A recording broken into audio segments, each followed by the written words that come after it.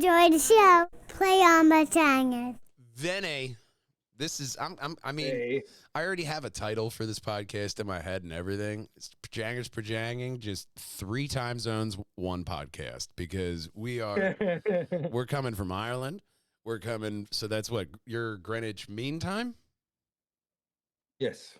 And I'm Eastern Standard Time, and Mike is Central. So we got 3 separate time zones in 1 podcast. And I look like I am in the later time zone. Just to throw everybody off, I figured I'd do my podcast in the dark so you can't tell. It's winter time. It's actually 5 o'clock. It's like midnight here. And you have the brightest room of everyone. Yeah, I'll be picking on my 2-point lighting. Hey, man, I have a useless like ring light over here, and it barely like works. It's mainly the light off of my camera because that one's super bright. This other one, I have 2-point lighting as well, but that's why my face is slightly lit. Although if I just had my email pulled up over here, I would look like Casper. Yeah, that light is always better. It's just white walls. I've got shit lighting. It's just white walls. Yeah, but you have a center light, so you're hitting all 4 corners, buddy.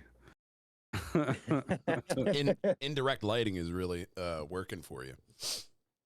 Oh, yeah, I can remember I did a podcast a while ago, and for some reason the light created a halo over my head for the entire episode, and it was so fucking annoying. Like, God bless you. You see me the whole way through the episode. I'm like this, and I'm like trying to shield the light and maneuver the camera. Oh, it's so annoying. Little things annoy the shit out of me. So, Vinny, one of the things in this Perjangers and Wallhangers network is that the podcasts are ever evolving. I met Mike through a podcast that Punisher War Journals Inc. Frank Percy and myself, we started doing a podcast called Tales of the Hunted, an interview show for indie content creators such as yourself and Mike.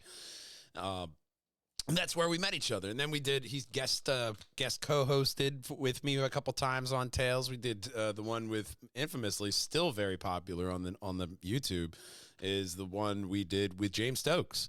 Very awesome fucking interview. That was a fun one. And we continue to keep going, even though the podcast evolve and take breaks and everything. I like to have the same people back on.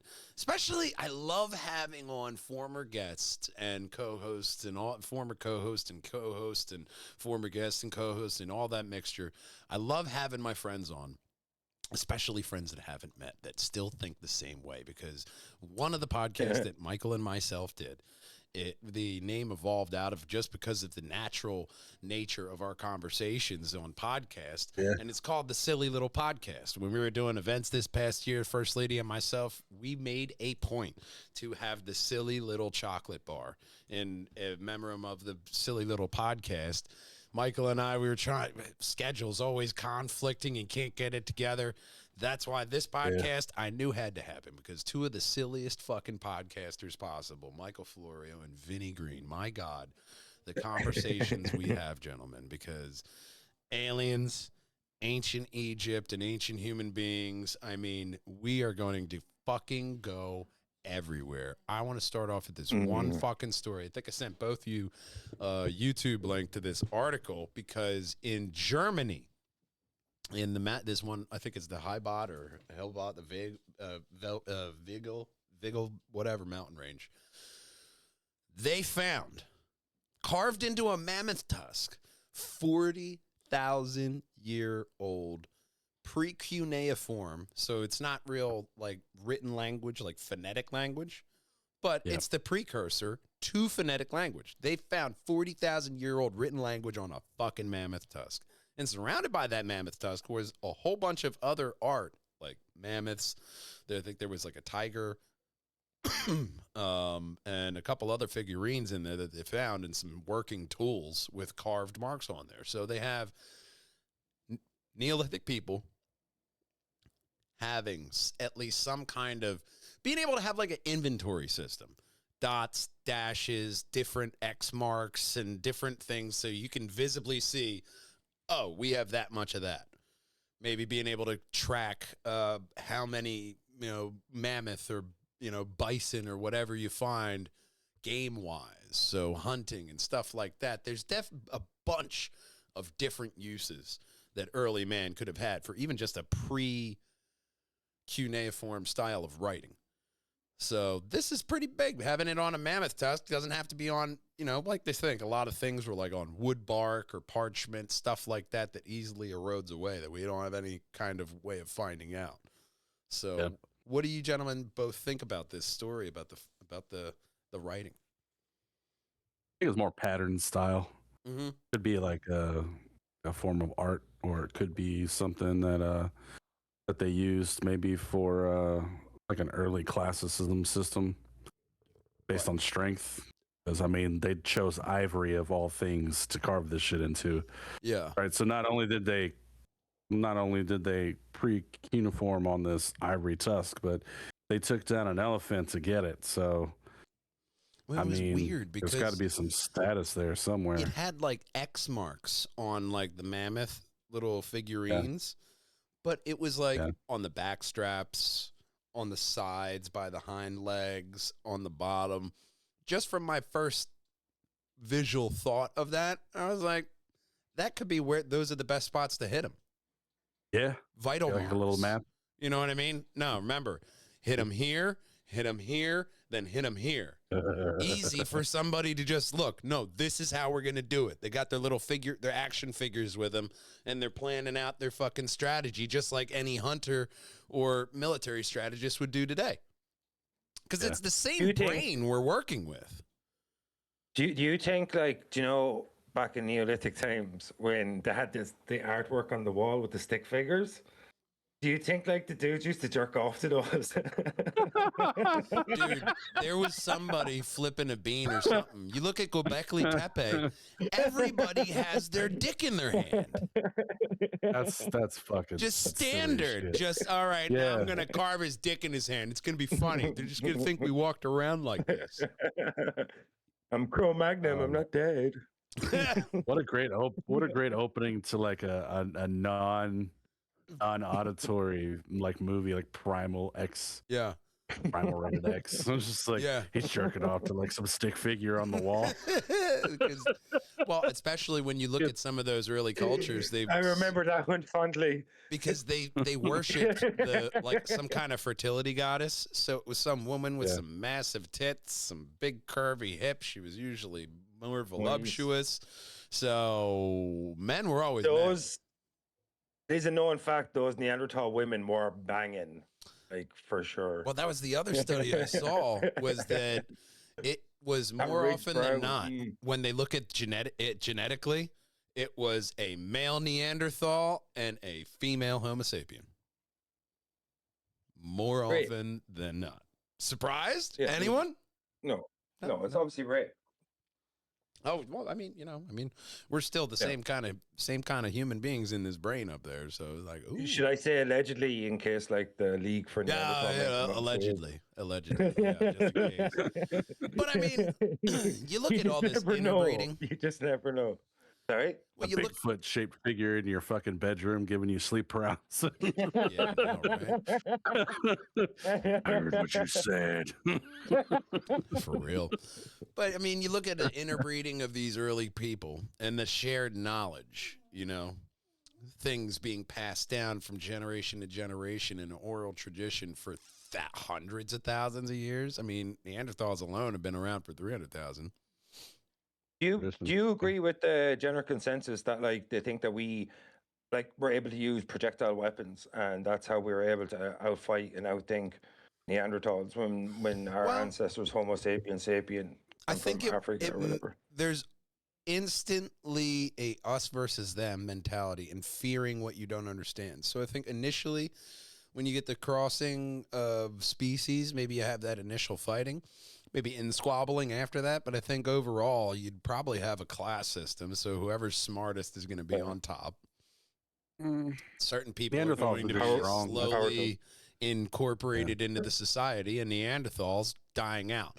They are believing that they kind of interbred with us till they just Yeah. Didn't go away. That's where Yeah, if you have I feel like given the mainly a information male provided, line, they breed it out. yeah. They were bred yeah. out. But I think Neanderthals are a lot more intelligent than people. Like they weren't some savage. They weren't some like primitive savage that a lot of people think. yeah. Because they've like studies have shown even like Denisovans and stuff like that have like burial grounds, and they think that if you revere death, that you might believe in religion, and because they drew, they obviously had artwork, and maybe they had better forms of communication than we give them credit for. And I think their societies might be slightly more sophisticated, because otherwise they wouldn't have lasted for as long as they did. Because if it was just a kill or be killed society, that thing would burn out much quicker than 300,000 years or whatever it is. I think it was like an empathic, more of an empathic type intelligence that they had. I don't think they were dumb by any means. I think the way that Neanderthals communicated versus Homo sapiens evolved or bred out was just a different type of knowledge, more close to nature. They call it when they talk about cows feeding or animals feeding in nature. They talk about it called food intelligence, where it's like this innate ability in all your organs and stuff, and the smells all come together to tell you, to give your brain those waves to tell you, hey, don't eat this. Like we might have lost a lot of that. Nature talking and understanding that nature is living, we might have lost a lot of that, which is where a lot of the Native American and the Asian earlier time periods, they were more animagi, and they were more their spiritual gods were more living than they were just gods of enormous power in different dimensions. I think their intelligence was just different than Homo sapiens. We're more imaginative versus Homo sapiens being grounded in their reality, where what they did on a daily basis isn't something they thought about and used creative motivation to do it. They used intuitive intelligence to use what was around them to create the things they needed versus what they wanted. Do you think they had a language? That's where the empathic, and I don't mean like empathy. I mean like empathic. There's this intuitive intuition, like a chimpanzee or something. Yeah, something like you're born in nature. You know this about this thing. Certain people have that ability too, to just be able to pick up on things. The First Lady's one as well. She knows she'll know things about me before I do, and it sets on me. So it almost seems like a kind of precognition at times. But that kind of thing. But even when you look at primal, when you're looking at any kind of communication, because I'm very big with communication, we can communicate with each other just by our eyes, because that's one of the reasons why we have the whites of our eyes. I can show you what I want you to go to just by a head nod or an eye movement. So that's very big, and especially when you're looking at primates, that's big for them. And when they have big, interconnected communities and stuff, they have eye movements, facial structures. The same thing why your dog is so fucking, very in tune with your feelings and shit. That's how he's surviving. So there's that core. It's an empathic trait. Bit of survival to where you don't know how you know this. It just kind of like, I should do this here. That natural, innate, your body protecting itself and helping you to survive.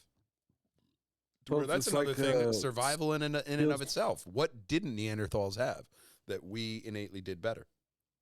If we were about the same, it couldn't have been the eyebrow ridge. Agriculture. I think we settled more. I think they were more nomadic. Like even if you look like Göbekli Tepe puts a hole in all of that because it formed before agriculture.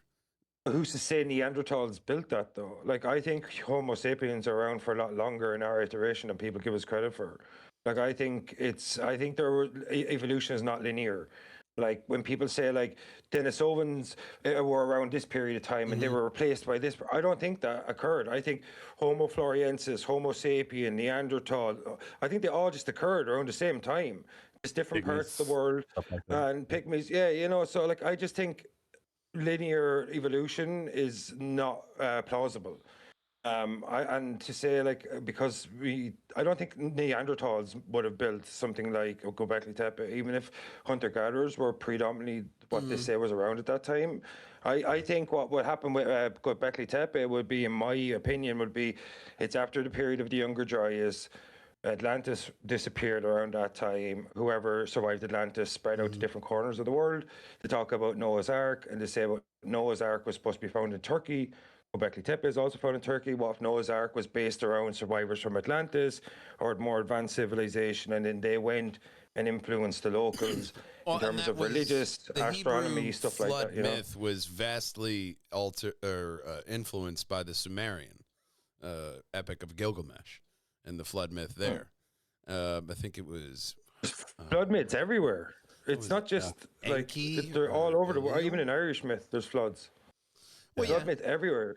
Well, and you like have to I spoke before about the shared mythologies. They had to deal with the Tigris and Euphrates flooding.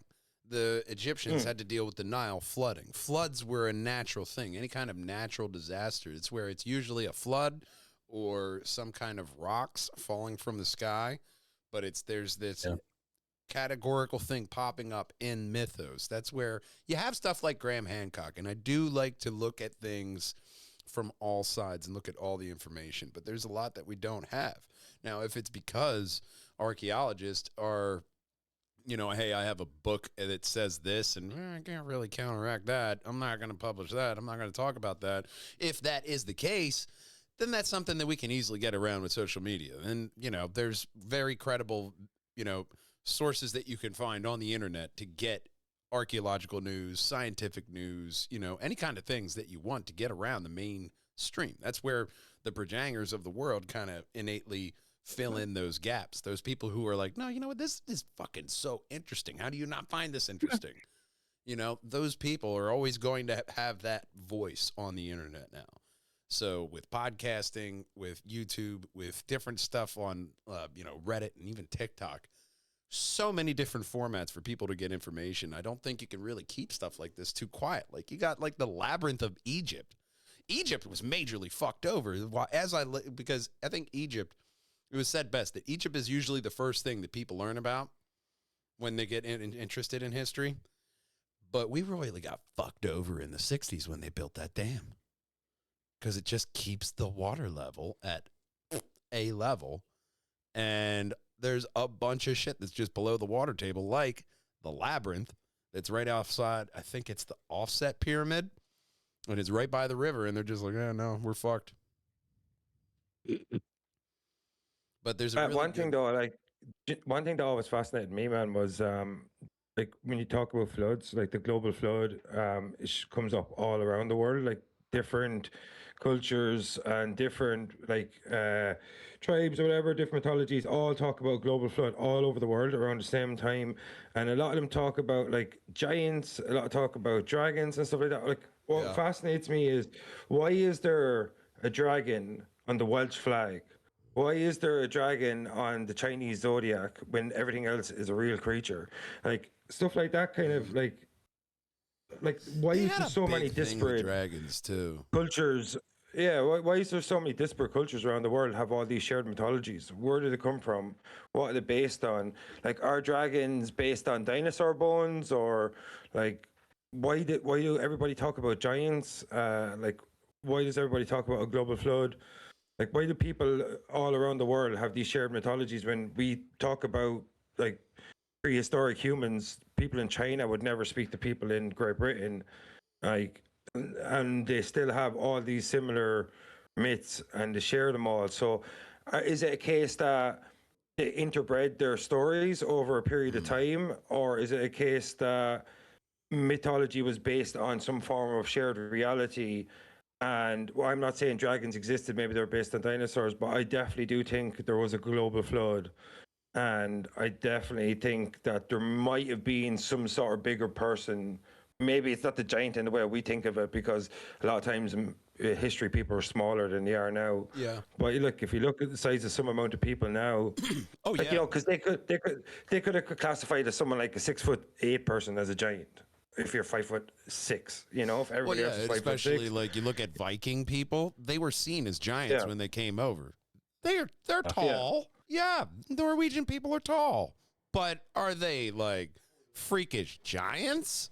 I mean, if the tallest person in your village was me, like 5'6", we're fucked if we get attacked by Vikings, bud. That was me. You know what I mean? Like, that's the funniest thing about Viking 6 foot, ancestry. 300 pounds. People are so willing to claim Viking ancestry. Like, hey, Junior, how do you think you got that Viking ancestry? Do you know their pastime? Do you know what they did? Yeah, they raped and pillaged. The first part, that's how you got here. Like, these were not good people. Oh, not all of them. Some of them did. They were intelligent people. And Very, when we look back on it, they were very hygienic. They were bathing weekly. When the Europeans They are just had like, some ew, weird religions, they that's bathe too much. You know, now we look back on that like, you know what? Viking culture, not that bad. Women could own land. They had a say in things sometimes. They could fight. Hey, very progressive society. But they also had things like, oh, your husband, you're having a dispute? All right, husband, get in that pit.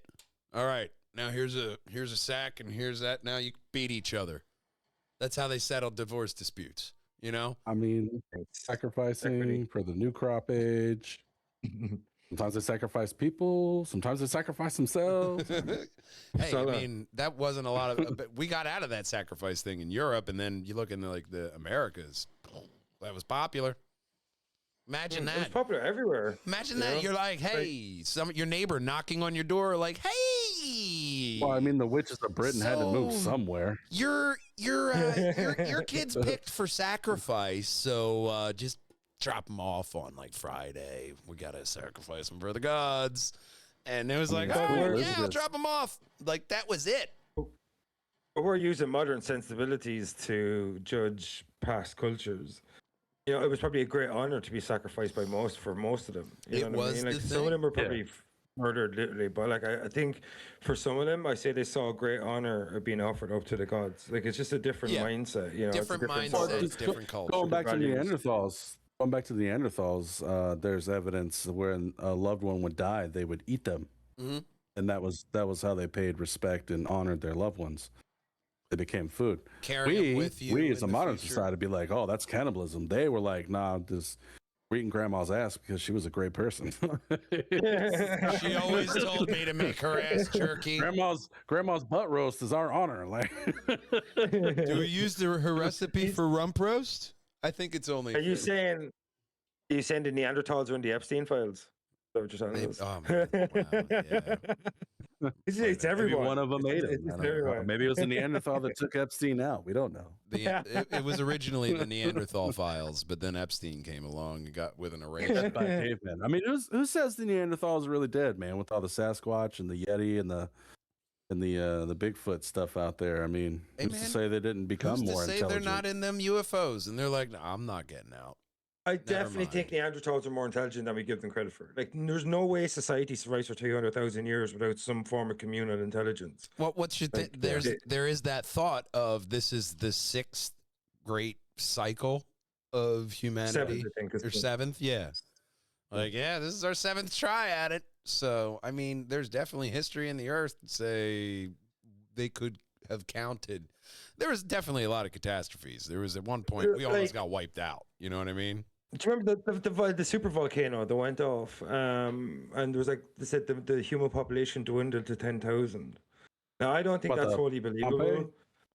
No, there was a super volcano. It was like it dwindled the population down to a crazy number. I think it was lower than 10,000. But it was like 1,900 people of our species were left, and then they bounced back from that. But there was a huge catastrophe of that kind of level. And, you know, extremely resourceful. I'm sorry, I gotta change this screen. I keep seeing Jim Carrey from that fucking France award show. That was another fight with the first lady of like, she thinks that's a conspiracy on her end, is that she thinks that's not Jim Carrey. Oh, I've seen that. Actually. So real quick about that super volcano. It says Yes. 72,000 years ago, a super volcano left 2,000 humans alive. Yeah. I don't know. 2,000. I don't know if that's enough for biodiversity, though. Is it? That's I mean, it's very definitely good enough question. to build the population back up. Yeah. Not to 8 billion, though. Well, we Even though worked up to that. Even though I don't believe that there is that many people in the world. I just started this. I think I started my own conspiracy theory recently. Like, honestly, like, literally, like, I've gone down a rabbit hole, like, so many times, but I think I'm starting to create a rabbit hole, like, right now at the moment. You got to crawl out of the rabbit holes every once in a while, man. Recently, man, recently I started thinking about this, all right, logically, right? People always say scarcity creates demand, right? And what they always say is like they hold back oil reserves, they hold back diamond reserves, they hold back gold reserves, also they can control the market, yeah? And what's the best way to control the market? What's the best way to create scarcity? Is to tell everybody there's 8 billion people in the world. So if there's 8 billion people in the world, right, everything's got a finite amount. So they're like, every bit of food, there's like, we have to feed 8 billion. Every bit of gold, whatever, we have to feed 8 billion. So everything becomes more expensive, more costly, more valuable. Because there's so many of us, and we become less valuable because there's so many of us. We become so easy to replace because there's 8 billion of us or whatever. You're just a cog in a machine, huh? Motherfucker, you go die. 7.9 billion people, whatever. You know what I mean? So, like, the way you look at it is, what I've been thinking lately, maybe I have gone down too many rabbit holes, is that with commodities, if you want to create value, you go scarcity because that creates demand, because you need rarity to create like an increased value. So the best way to decrease a person's individual value while also increasing the scarcity around the world would be to lie about the population in the globe. Well, here's the thing about the population. You know what I mean? Is that I don't think there's there's a not many bunch. people. Look at China. 2 billion people in China. Fuck here's no. There's way too much space over there. Here's the thing about China. They have a population problem. They're in trouble. They don't have enough young people. Same thing with Japan. There's a bunch of those countries that have population problems. China had that whole one child. What's the best way to scare your enemies? Really shot them in the fucking ass. But build a dam that holds 320 billion gallons of water and throws the Earth off its axis by 0.5. They did do that. Yeah, they did do that. If we can't win, we'll just cause a worldwide tsunami. Open the dam. Everybody you else. Open the dam and see the Mongolians come in. I got goddamn Mongolians. You know, I mean, there's a whole lot wrong with China, but you know, I mean, they are having they're having a problem.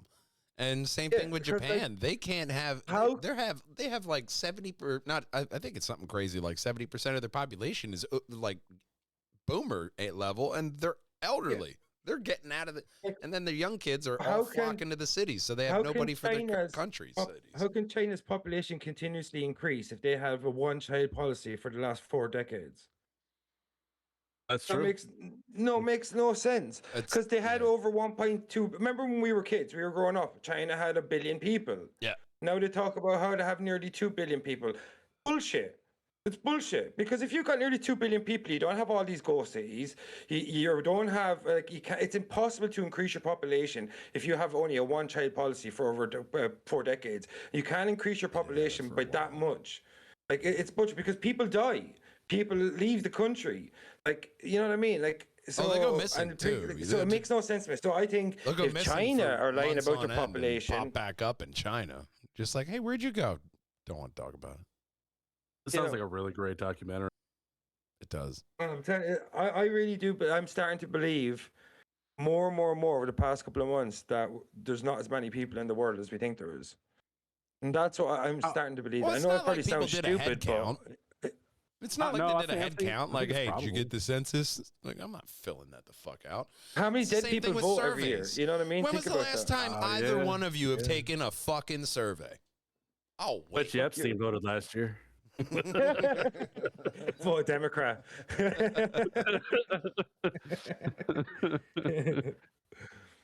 But like, you know, I just think like with every commodity, and we are a global commodity people, we are a commodity if you look at it really. I just think if you want to control a commodity, you control the scarcity, the want, the demand. So I just think I just had this fucking weird feeling that I think because they lie to us about everything. I think there's less people. I definitely think there's less people in China than they say. I think I said this in another podcast before. I believe India might have 1 billion people because that place looks amazing. Oh my God! Like they're just like all on top of one another. I believe. I know. If there's one Americans country bathe in with shit water. population, I believe God. India. Absolutely, I believe. Yeah, like if all of them, like I'd believe India, because then when you see trucks going down the road, there's like 16 people on the bonnet. Because they hate each other, man. What happened? You know what New York did when they got more people? They built up. Yeah, they did. Yeah. No, They built up. I got to tell you, Stack that shit. there's several places I will not drive. India is one of them. New York City, Bangladesh. take it or leave it. If I had to, I would. But like, all right, you put a gun to my head and say drive through India, I'll be like, oh God, I enjoyed living. I feel like Bangladesh. I'm not driving. No, shoot me. Better gangsters than American gangsters. Like there's a real threat of dying walking down the street in India somewhere Oh yeah, than walking down the street in New York. Well, it's also called a tiger. American gangsters would be like, "Give me all your money." India gangsters won't even say anything. You'll get shot from afar and not know who, and then someone will run up. You'll never see their face, and then you die. Oh, and then you look at The only good thing though, the pickpockets and shit. You didn't even know that little boy picked your pocket, and he's already gone. You know. the only good thing about Indian gangs is they usually have about 5 minutes of a Bollywood dance sequence before they attack you, so you can get away. So Well, at least you're entertained. Oh, get away. Yeah, Right. yeah, it's not too bad. But wait, why are you running? They're not done their number. God damn it, Matt, That's run. even It's like- scarier.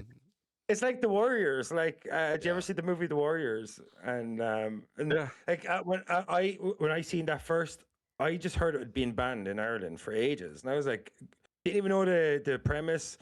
Whatever I heard was about gangs or something. I'm like, this movie's going to be banging. I'm like, this movie's going to be pure violence, and I loved it. Don't get me wrong, but like the fight scenes where they're all like, no, Yeah. that's just amazing. Like they're just like, yeah. Like, I hate man, to shit on that's- India, man. I've always wanted to go to Bollywood. Man, you hate the shit on India. I think they do that enough themselves. You know what? I mean, I wouldn't mind walking around there because that's another one of those civilizations. The Indus Valley civilization was very advanced, and it was one of the first ones. You know, you look at Indus Valley, Clovis first. There's usually some of the first cultures that people find. Now they've found people before Clovis, so it's not Clovis first.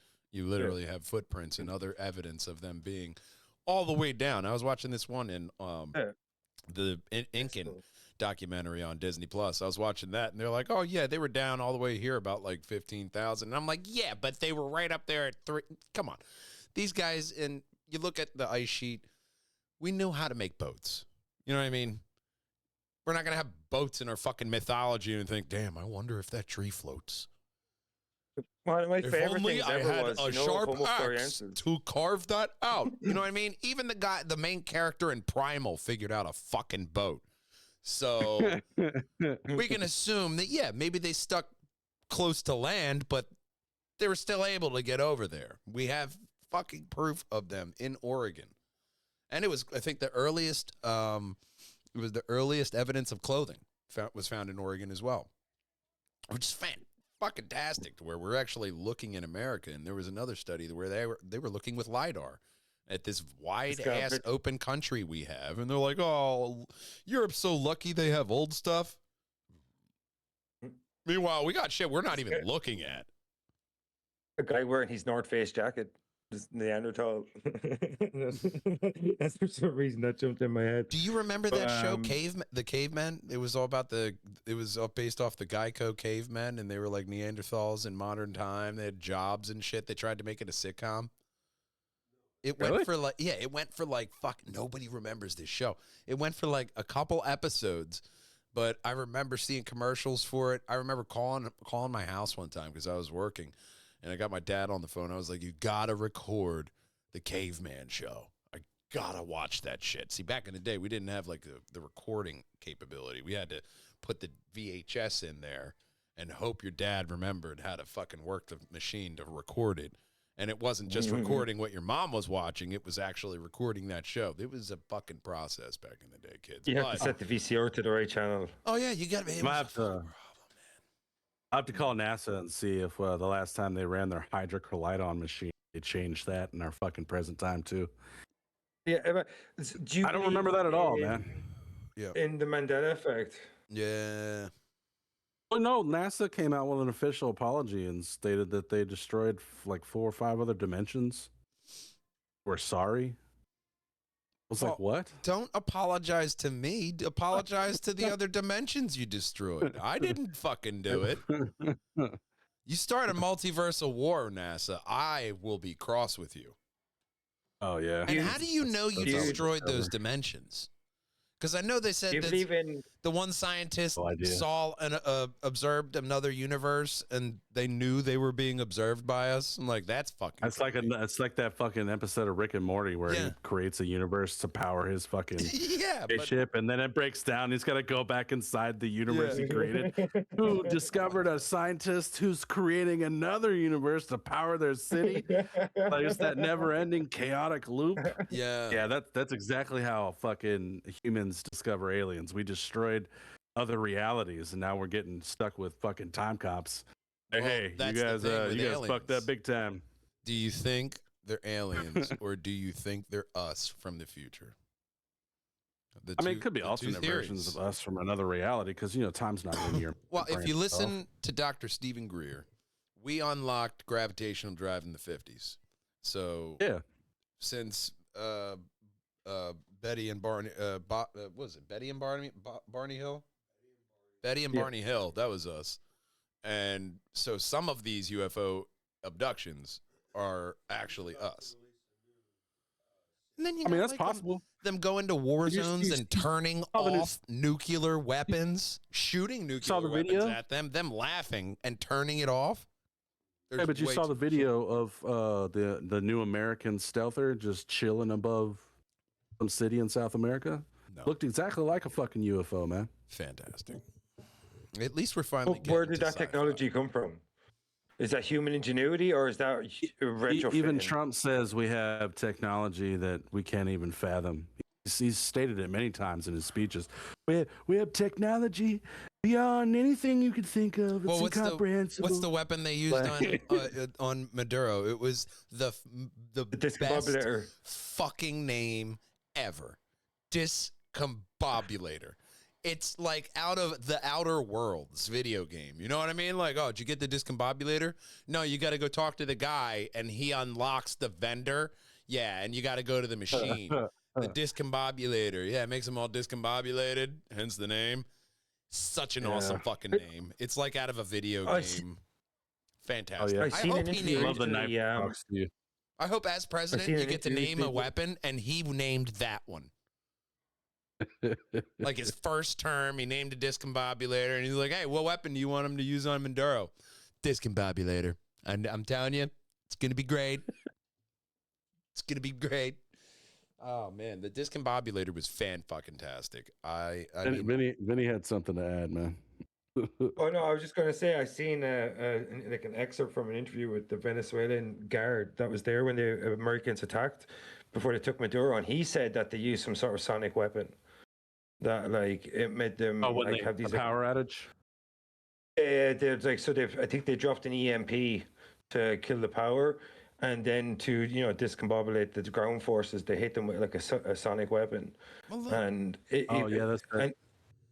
And you've seen recently in like Serbia, there was a massive protest against the government there. And if you see the video online, they're all lined up in the street. And then all of a sudden it's like a boom, and everybody just scatters because they think a drone flew overhead and dropped a sonic weapon just above them. And when it dispersed, they all just said that they felt woozy, lightheaded, and some of them were vomiting and everything. I feel like we didn't get enough drones in our sci-fi to prepare us for this future of warfare that obviously was like so 1+1, right? Like, oh, am I going to send mobs and mobs of waves of these 18-year-olds and have to deal with their crying mothers and fathers? Or I can enter this country and get some lithium for them batteries. Pop these bitches. I think it's stupid. Give these little kids an Xbox controller with a fresh batch of AA's and then get some shit done. I'm just saying, that's a lot more efficient. it's if I mean that's just lazy warfare, man. It is. The future of warfare won't be warfare. But it's if efficient. you can just sit at the end of the button. I mean, it's dumb. It has to be. It has to be aggressive countries. Yeah, aggressive countries like they're. I would say that you could say that there could be a World War III, but nobody's going to drop a nuke if they knew what was best for them. It's their whole civilization just be wiped out. Just that whole group of people. Like if Russia decided to do something stupid, there wouldn't be a Russia no more. Yeah, everybody gang up on Russia. Everybody would split their fucking land and their resources, and then be the end of it. Well, yeah, at least the ones who survived. You look at like the sonic missiles that are going like super fucking fast. I mean, China got some that were not accurate. They were not. Well, I mean, China's got fucking space satellite lasers now. So I mean, well, yeah, and then drones, space satellite lasers. There's a whole bunch of shit that could kill us. You know, I mean, we're heading into the future. It was not. Look, even when you look at Star Trek, you know how they got to the stars? They blew each other up first, and then they worked from the ground up to get that utopian society. You just got to get that replicator that makes all need for working and anything you ever want pop up in front of you. Then society just goes swimmingly. Let's hope we don't have to fucking thank Bill Gates for that replicator, okay? Oh my God, I know, right? But, I mean, we're looking at warp drive actually being possible. So maybe not in our lifetime, but in our kids' lifetime for somebody to get off their ass and actually give me a fucking warp drive. That'd be cool. You need core fusion, though, don't you? I mean, I'm not asking for a Green Lantern ring. I'm just asking for a warp drive. One of them's extremely possible. The Green Lantern ring would take way too much power.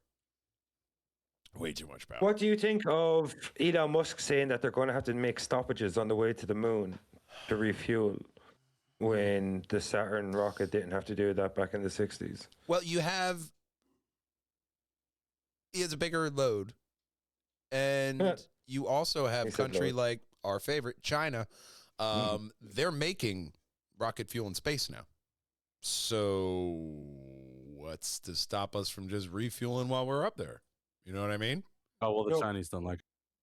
Well, I mean, we could fucking rob our shit. It's not like we got to put in our credit card. Like, why is there a need to refuel on the way? That's because Elon wants to be fast, man. He just wants to go fast. He just Talladega Nightsing it up in space. It's GTA in it. You're not second. You're first. Fuck it. Just go in real quick. Start pumping. Anybody ask questions? Pop, then go off to the moon. All right, maybe not a GTA start, but my point is if it's possible for them, it's possible for us. We can figure out a way to fucking make corn grow in space. You know what I'm saying? It's what we're applying. It's my brother always tells me this one. To get around pens, NASA put way too much money to develop a pen that wrote in 0G. Do you know what the Russians did? They wrote with the pencil. They used with a pencil. Yeah, they wrote a pencil with a pencil. I mean, yeah. Why do we have to reinvent the fucking wheel? Just use a fucking pencil. So there's some things where if you just take the base logic out into it and the logical notion, you know, how can you say? Sometimes NASA just need to kiss a problem. Okay, in Mississippi we call it "keep it simple, stupid." Yeah. All right. Keep it simple, stupid. The KISS method. It's crazy that the way it went from the shuttle back to the Soyuz. Like that like it never, to me, it always seemed like space was advancing backwards in some ways. Mm-hmm. Like it only seems to be now that we're kind of catching back up again with like Elon and Bezos pushing Elon and Jeff Bezos putting Katy Perry in space, which you know is monumental for humanity. I think we all needed Katy Perry in space, didn't we? They should just left her there. That would have been. We got William Shatner in space. That was cool. Seeing the captain up there. He's frozen death. He's 92 years old and putting out a heavy metal album. So I think William Shatner's doing fucking fine. Doing covers of like fucking Pantera. Go ahead, Will. Well, someone had to do it. Ozzy took the easy way out. Jesus. Oh my God. I mean, you give that option to everybody. Everybody want to do it. Oh my God. So, yeah. So aliens are real. The CIA killed Kennedy. So who knows what the fucking government's doing now? They caught Yeah, that like on what's camera. Obama saying? What's Obama said recently? He said like literally just drops. It goes, aliens are real. I haven't seen them. Like, is he talking about illegal aliens? What about that one? It was like a Israeli prime minister or like an Israeli ambassador that came out like a couple of years ago talking about a global global government or like an intergalactic government. That's what it was. It was like an intergalactic government. Aliens are real. They came down. He wanted to, we're gonna be a part of the intergalactic government. There's like 17 different species in it. It was like a news article that this guy came out and said. Yeah, he was the head of Israeli defense and military operation. Remember that? A galactic fucking Remember reading that. federation already up there. Well, We just, they have videos from I think it was like 56 or in the 60s of a broadcast in England coming over and say, "We are Galactic Federation. We're coming to you, blah blah blah, to warn you of the blah blah blah future to come." Like y'all don't remember watching videos on that? Yeah, but when War of the Worlds came out, people thought that was real too, and they were calling people thinking the world was ending. So we are kind of gullible. I mean, I'm not saying the moon landing was faked because I think our production value is not that good. and fuck that topic. Let's talk about the moon being fake. Ding. Oh, this hollow in here. Someone forgot to lay some studs. I see that, and I raise you. Oh, okay. All right, damn.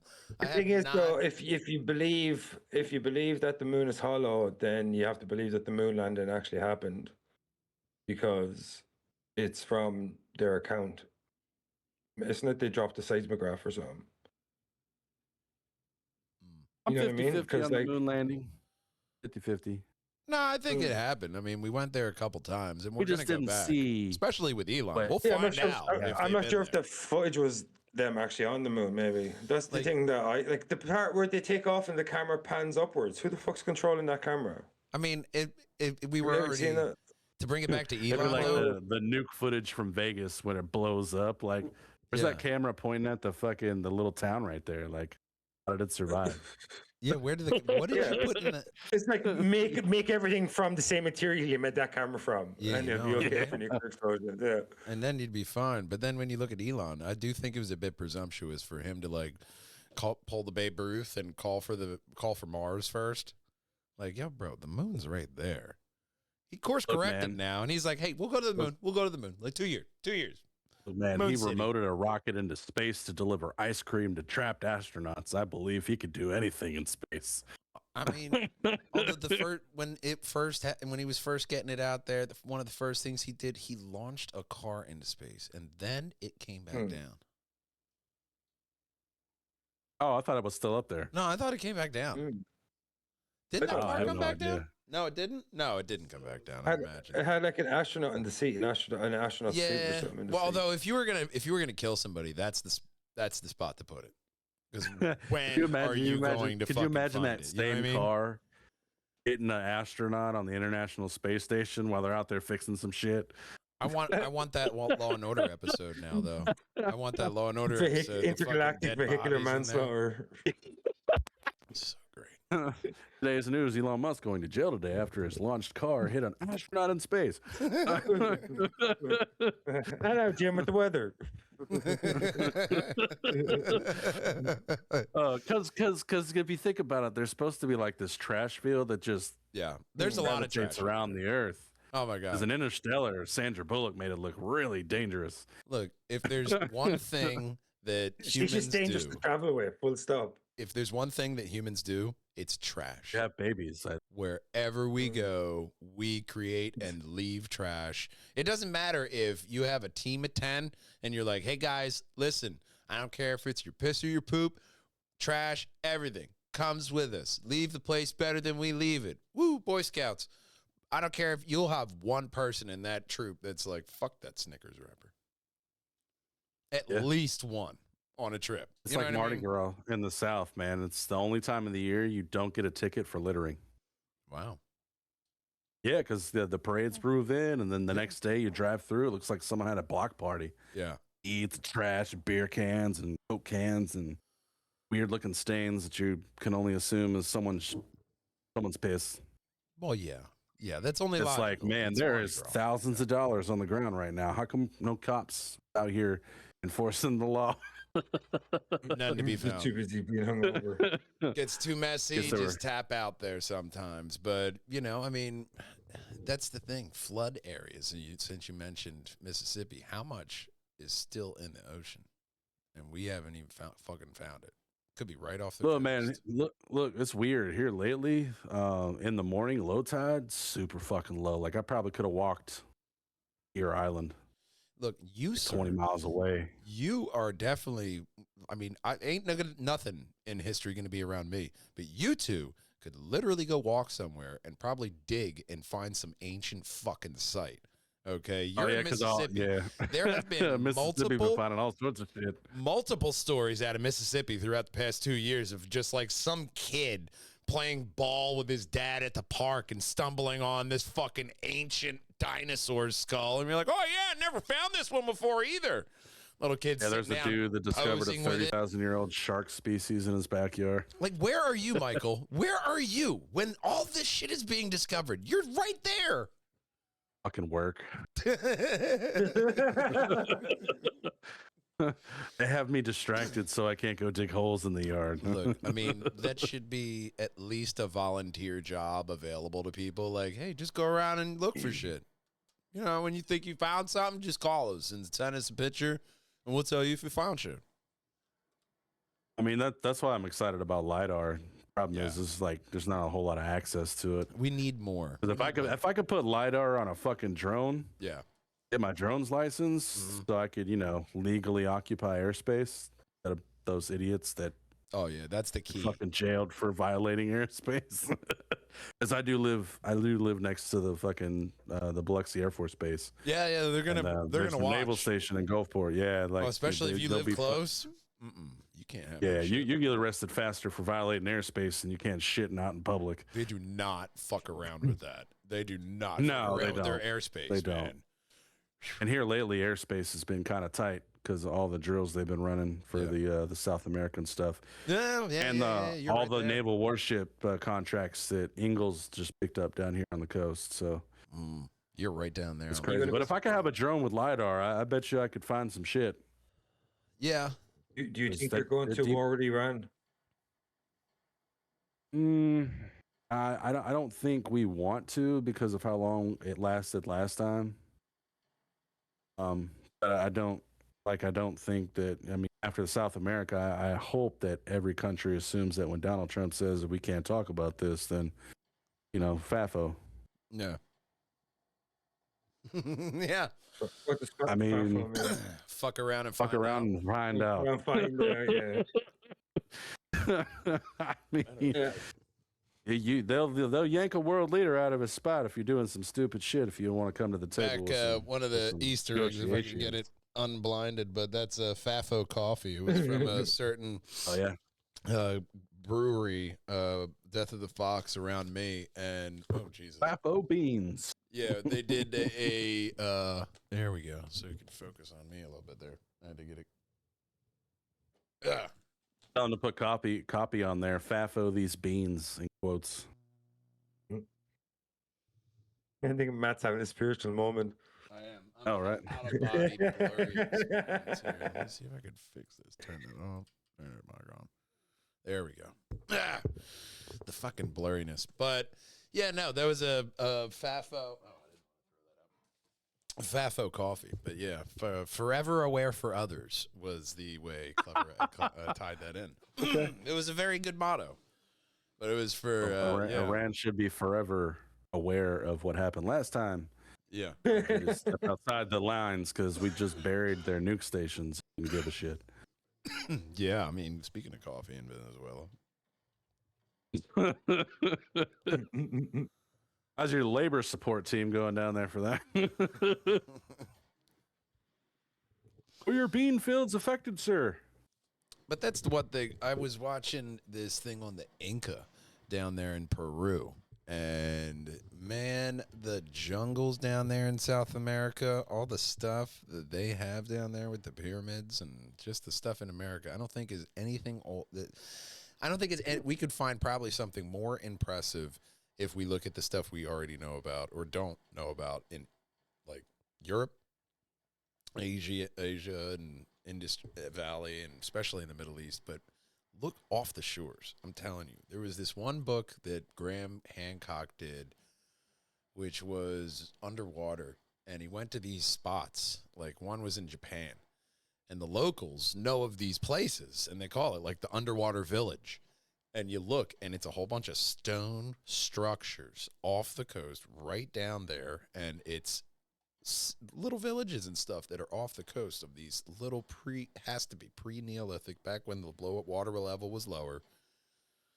That whole story of don't have your house on the beach and have your house up on the cliff, where do you think that came from? Probably these fucking people. That goddamn water level that rose at that time, at the 10,000 years ago. I think that's probably signs of a global flood, because I people talk about water level rising now, but why do rich people keep buying all coastal properties? Like rich people have their houses on the coast. Like I don't know. Like they say water levels rising all around the world. I think it doesn't. It's not always rising. I think like when you see coastal places being destroyed, I think that was a massive deluge of water that washed inland and came back out and settled in a different place than it was previously. And that's like, after the what they call it, pre-diluvian. That was before the flood. Yeah. So I think you had that's why I believe a lot in the Younger Dryas. I think there was a massive catastrophe. You had a massive amount of ice melting. Yeah. There was a gigantic increase of water all around the world. Well, even in That's the what happened Bible, to Atlantis. you look in the Bible and there's a taxman, there's a potter, there's a baker, there's a whole civilization before the flood. And that's in the text. Like, we already had civilization, but got too rowdy. You look at another culture, oh, we got too noisy. Some kind of reason why we pissed off the gods, and then the global flood. Yeah, well, they said the barbarian. Go read Conan and the Barbarian. Yeah. Yeah, literally. Yeah. Power fell and the waters rose. Yeah. Do you believe in the myth of the gods rose that caused the flood to kill the giants and the Anunnaki and the Nephilim and all this shit? The Anunnaki is the most fascinating one, because that has the older list where people ruled for thousands of years in this, and did at least have some kind of mastery over stone that we just can't do these megalithic structures today. No way. But they're here. They exist. And a lot of them can't be dated because it's stone. So that's where it kind of gets murky. Like, they don't know how they did it. And it's like, there is a thing with archaeology where they like to think that our ancient ancestors are just like knuckle dragging morons. Well, there's the theory that if you manipulate sound waves to a certain decibel, that you could manipulate the structure of a thing, make its gravity. Well, you look at Tesla. He said to understand the universe, look at frequency. So there's something with that. And then you have Terrence Howard. And if you look at the Egyptian stuff, all of them, all the big ones, they carry onks. I don't think any of us has mentioned that Terrence Howard stuff with frequency. Have you checked out that Rogan? That man, I mean, I'm not smart enough to know if he has something there. I mean, go back into the history of the music industry. Frequency, it's kind of been used for lots of things.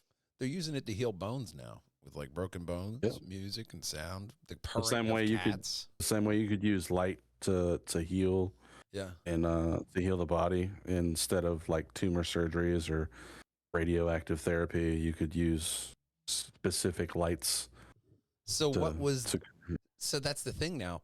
What was there in those mythological stories? Because they have all these stories have those things of a light coming and healing, different kind of things, to where we look at it scientifically now and like, oh shit, just like that one infamously, the Inuit girl who Our knowledge her was split. her cure, and it actually did cure cancer and shit. And they're like, oh shit, look at that. It's this ancient remedy, but it actually works. Well, everybody's intelligence came from a form of like pay homage to the gods and be spiritual, and now it's like fact or fiction. Spiritual is either fact to you or fiction to you. So there's this like decapitation of spirituality, making you just human versus those who have faith, empathy, or an empathic connection to more stoic and spiritual awakening. Like, you have a different intelligence when you accept spirituality in any religion.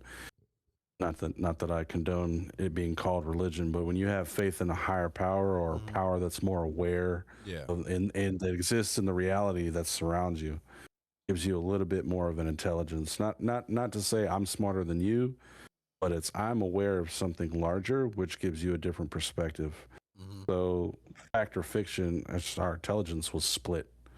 We were fooled to think that spirituality wasn't something that you should achieve in your lifetime, which like made other people just pursue their own inner inhibitions. Well, that's bad the habits, thing. Was there a stuff big like that. social stigma that drove people away from that? Because, you know, you usually, if you hear somebody that says, I'm more spiritual, you expect them to reach down and grab their bag of crystals. Yeah. That's I'm the very Taoism. That's the Taoism. spiritual. Can I align your that's the- chakras? Yeah, that's the Taoism that invaded Christianity. Yeah. And that's a whole variable of history throughout like a sociological change. That's like watching birds migrate. Yeah. And then there was the rise of satanic witch culture and stuff, from it being so big in the 1800s, you know. Yeah, the witch culture Which was and really them being criminal. tied to shamanism and vilifying that. I mean, it's very easy to take stuff like that. Well, and then the entertainment industry gave rise to a plethora of historical facts that were exploited that made other people think that was cool, and so then that was evolved into this, and this was evolved into that. And now it's like it really is fiction in some ways, but more fact than not, because it was believed at one time by a mass amount of people. Yeah, that was the measuring stick as far as like spirituality and what you strive to be for in your life, your family, what kind of friends you had. I mean, belief in something more than human has always been the kind of center point between what should we do, what should we be, what is our purpose, stuff like that. Yeah. Well, and then the one thing would be like stoned ape theory. Because there's a point in the evolution to where the human mind expanded dramatically. And the theory, off the top of my head, I want to say it came out of Terrence McKenna or somebody like that. But it was it's that they were following game on the land, and they would follow the cattle, and they would flip over the patties and find these mushrooms growing, and they were the psychedelic mushrooms like psilocybin, and that caused our brains to expand into the conscious beings and stuff that we have, like Neanderthal, Homo florensis, Homo sapiens, and such. Do you think magic mushrooms got us here? Because if that was the case, then a whole bunch of other species are about to fucking have their eyes open wide ass open. You know what I'm saying?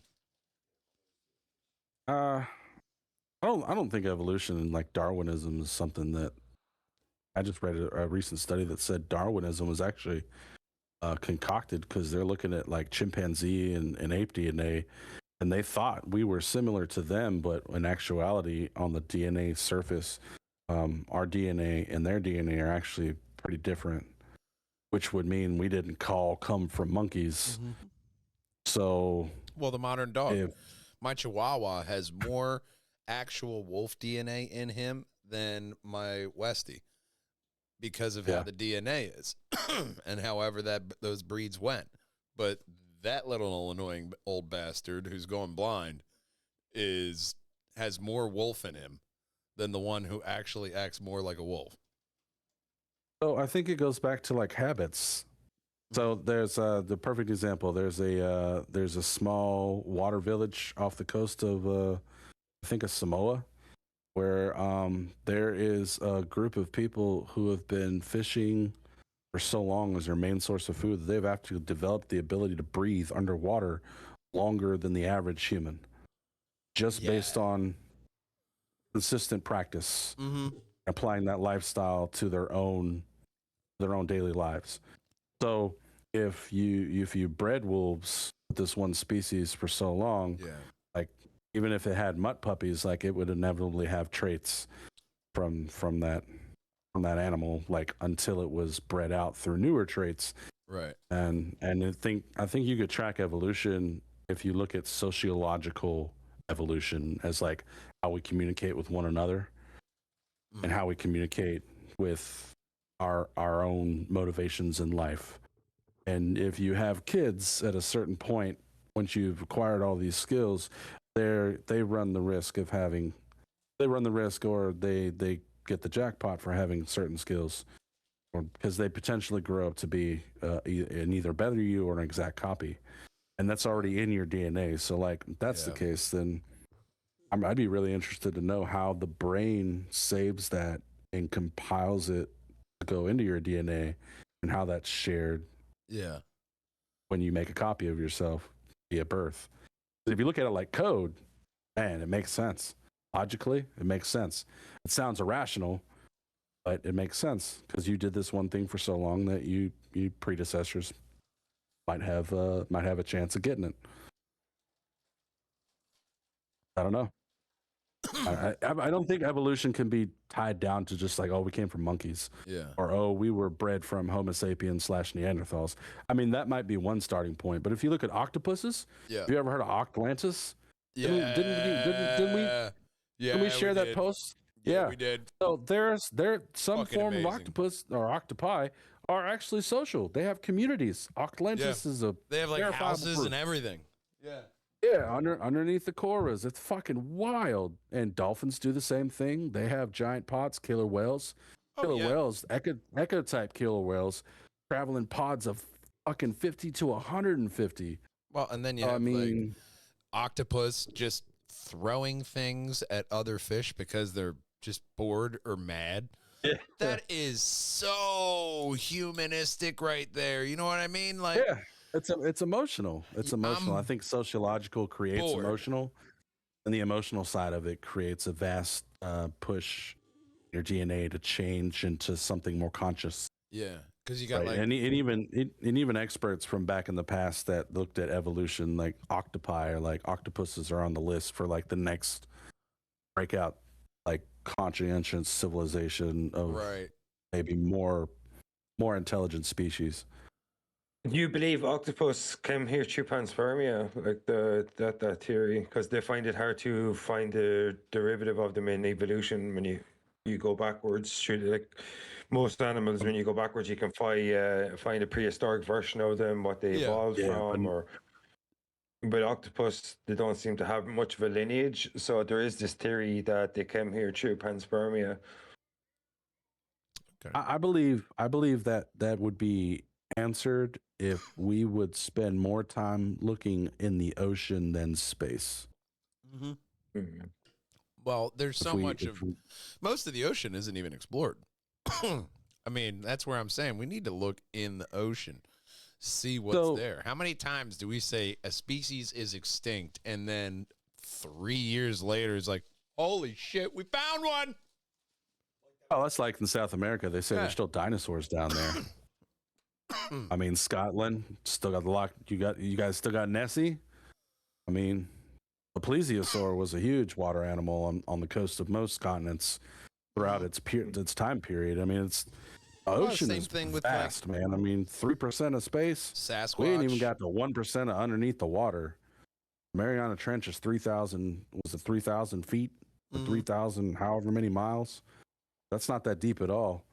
Yeah, movies come out that talk about this threshold, like Pacific Rim and Meg, where like there's this living, breathing membrane on the ocean floor. Like Is there a fucking? There's something on the other side? Well, here's the thing: if I'm an alien, I'll hide in the ocean. Shit, 70% of the planet, and they don't go under it. Just hide in the water. Yeah, I mean, I don't know. You could say octopuses are alien because they very much they look very alien. They are straight out of the BBC's Doctor Who. Okay, they're a fucking Dalek devolved. I'm telling you, the doctor came here and he was like, you know what? Fuck you. Devolved them to a fucking octopus, and they're like, I'm leaving you in the ocean. Well, they would be kind of like us then, right? Because they like if that happened, then they stole our memories and then left us on this planet to fucking figure it out. Look, if there's one species that I'm putting my money on after us thriving, I'm really hoping it's octopus. I'm pulling it for those guys. They're so intelligent. They already have cities. I mean, you look at like orangutans and monkeys. They're using tools, sure, but you don't have. They live longer though, don't they? You know, this nice house, and you look at like dolphins. They're getting high off do live blowfish, having bromances. Octopus. Yeah, they got to figure out how to breathe on land first. Yeah. Yeah, and don't they only live a couple of years? So. Yeah. I'm sure that'll come with time. The more they do it, the longer it'll stick. 8,000 years, 10,000 years, 12,000 years. That's where you get into like Fallout, and you see like the rad roaches and the Yagwai with the radioactive bears and shit, and you're like, oh my god. You got fucking Japan over there trying to make cat people. Fucking Nikojins, yeah. What the shit? That's just gonna be bad, Moy Geno. That's how COVID started. Could you imagine? You start these bioweapon tests and see what happens. Rough day. The whole world went into lockdown. Rough day at the job. Your cat boss is just nonstop bitching at you while he's licking himself. You already mentioned it to HR, but the dog just won't hear it. I can hear the complaints on Twitter now. I can hear them now. Like, I just think it's just another way that people are going to say, I'm expressing myself, until they get their 2020 special on how they fucking made a horrible decision when they were 20 to become a cat person. Well, we'll stop having babies by then, because then single women will just get a cat person friend and an AI robot to do chores, and they'll never need a man because they have an emotional support animal. Oh my God. How long until somebody, I know they've already done it in Japan, like marrying AI, and then the fucking company shuts off the goddamn AI bot, like, you dumb nerd, and they shut it off. Thank God for fucking sensible people like us who are going to be making documentaries and money off these idiots. I know, but you're going to have we'll have like a whole series. So my wife was an AI bot. They're coming. Divorced my AI I know husband. they're going to be coming. There's already those, Prince of Namibia scans out there. There's somebody. There was like a Russian troll and how about bots. the AI LLMs who divorce their human companions and then sue them? Just the like model decoys. Could you imagine paying alimony to an AI? It's just a subscription at that stage, though, isn't it? You come home and your decoy just gets done uncharging. Oh, you're home. I wanted to talk to you. Why don't we go out anymore? Could you imagine though? You're banging your AI wife, and like halfway through you're about to come or whatever, and then all of a sudden it comes up like to upgrade to the premium model, and then it's just like you just have to add an extra $5.99 a month. That's next month, man. They're working on that shit next month. If you want a climax, try our 7-day trial. Or oh my God, that's a Black Mirror episode right there. That's I'm telling you, that's one of their shows. I can't watch it because it just seems way too close. Yeah, that's too real horror, close man. to reality. I mean, they already do that social credit score system over in China, so it's just like some things are actually happening, and other things I'm just like, those weak bastards. I can't even believe they settle for that shit, man. Mm-hmm. Although, how many episodes are going to happen like that Anthony Mackie one? Like, how many guys are going to get on AR and just totally be gay with their best friend finally?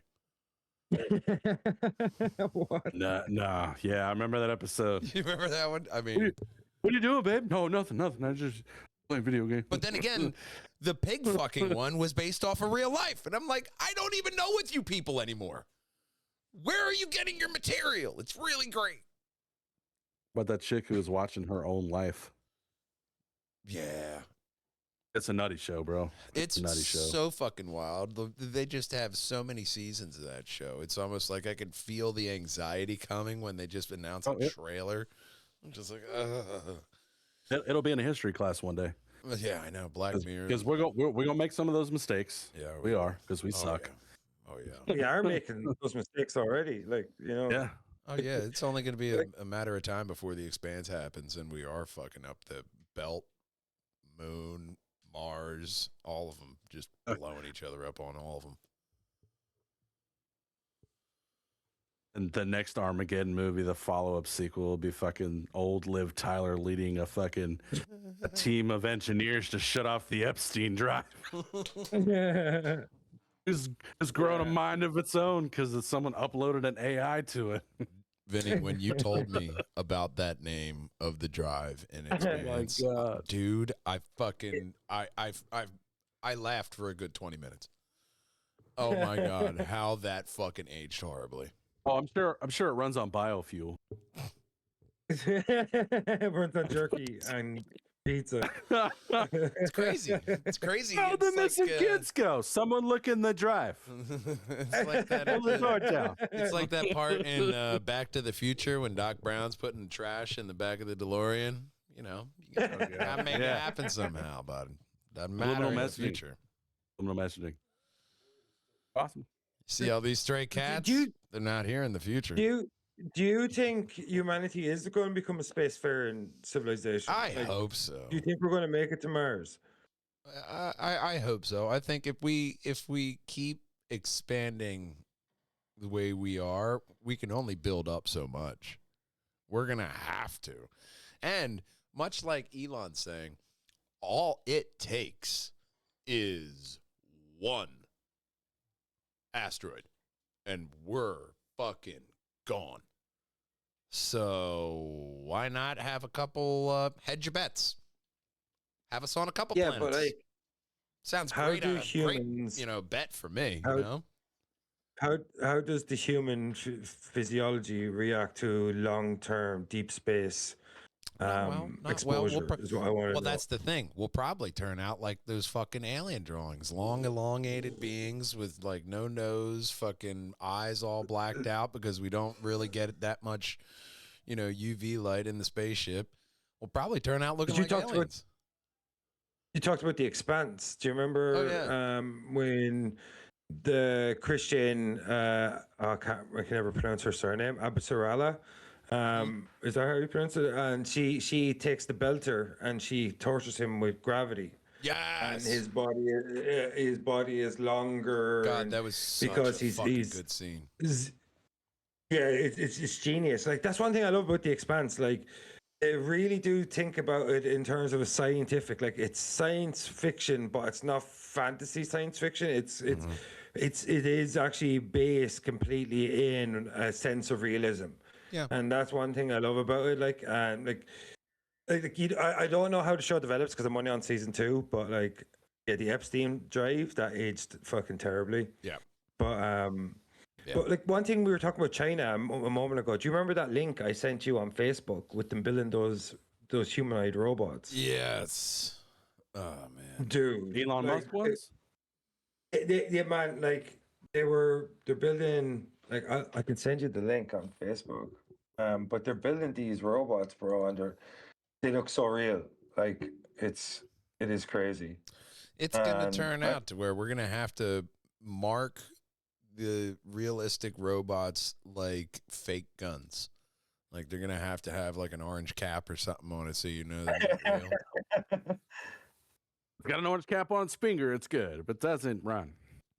Don't play with it. Yeah, don't trust it unless it has an orange cap on its finger. You know that one's registered. It's gonna be something simple like that.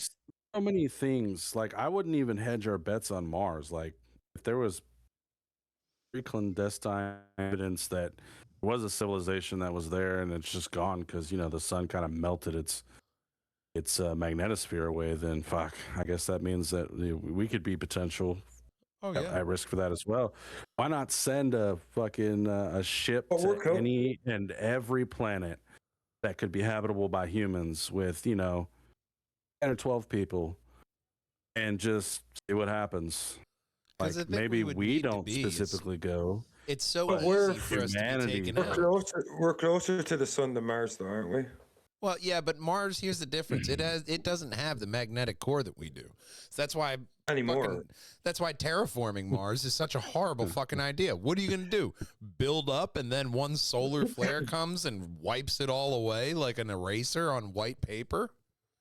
Or just a Beyblade with a better core. Hey, we finally got this atmosphere. Oh my God, it went away. We'll have to build downwards.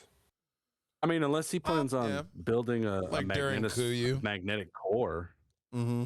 Well, that would be the thing. How do you reignite the magnetic core? But now you're getting into like Michio Kaku. We have to get into like a type 1 civilization at that level, because you're able to control geological events. You're able to control the weather. You're able to, have interstellar space travel, some kind of global kumbaya. I guess Elon's just going to have to sleep at his office a bit more, I guess.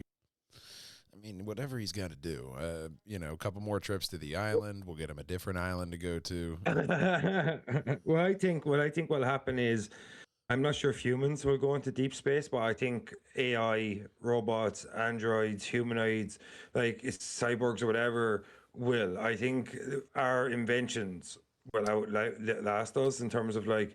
Well, much like we use drones now. I see us using drones, even if it's like a humanoid-like robot. Sending a drone-like robot to like Venus, that being a NASA kind of mission. If we can get a robot to hang out on Venus, we know we can send this thing anywhere. That kind of mentality, because that would be a lot safer than sending an actual manned thing. I'd see robotics being a lot more of a big thing in space travel, especially until we get that faster than light travel sorted. You know what I mean?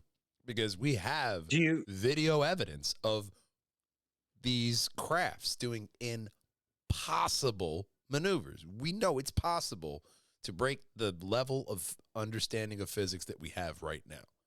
Whether we already have that, like Dr. Stephen Greer saying, and there's like secret fucking super trains that from DC to get them out of there quick. And that's why you really got to watch how deep you dig.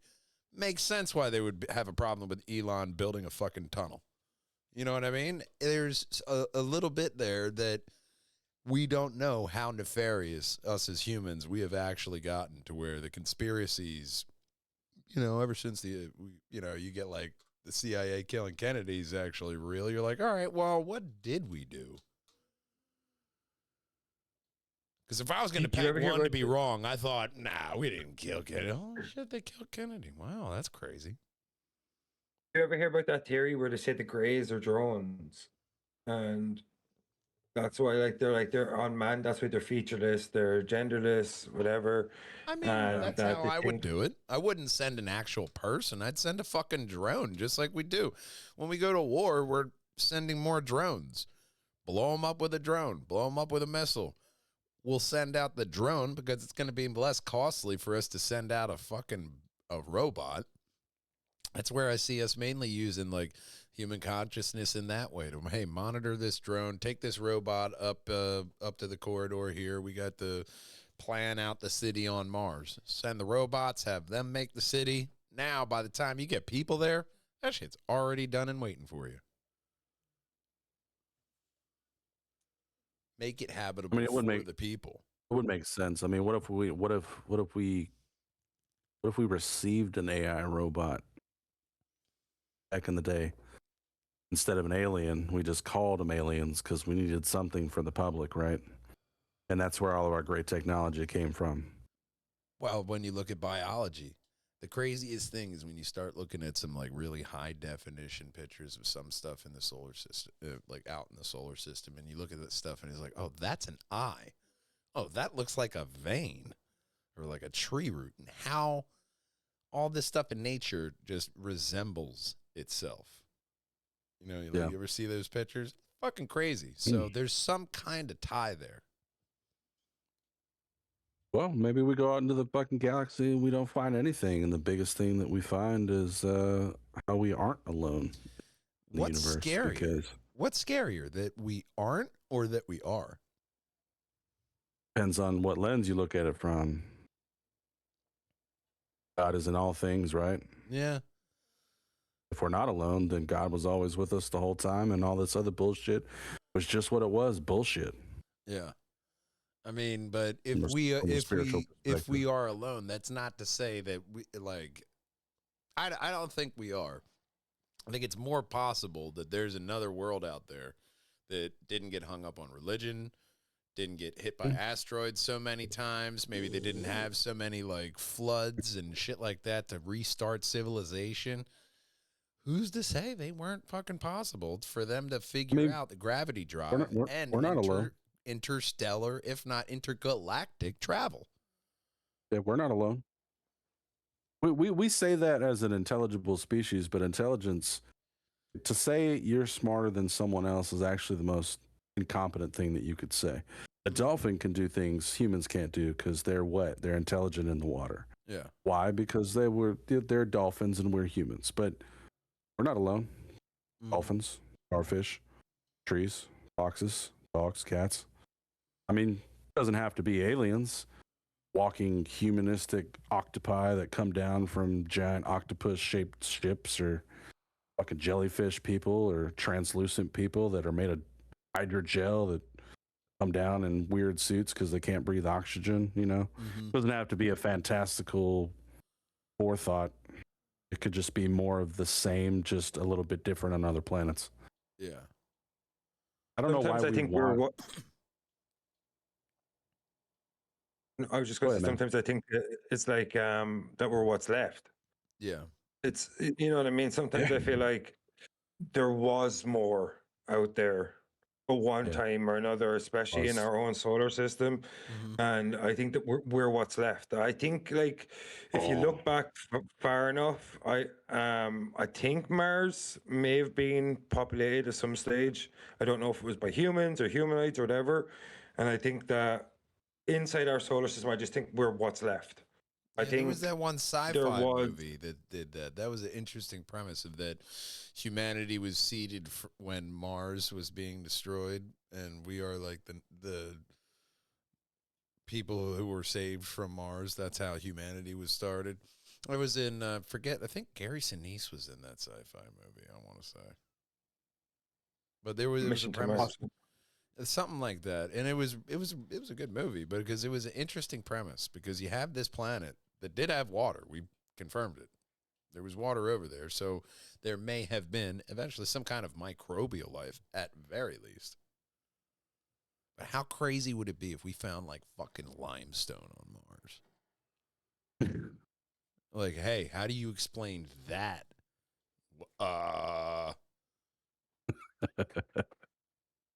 You know, I mean, we're still trying to figure out the face, isn't it? Okay. But they need to just send a robot up to the pole, get me a fucking ice core.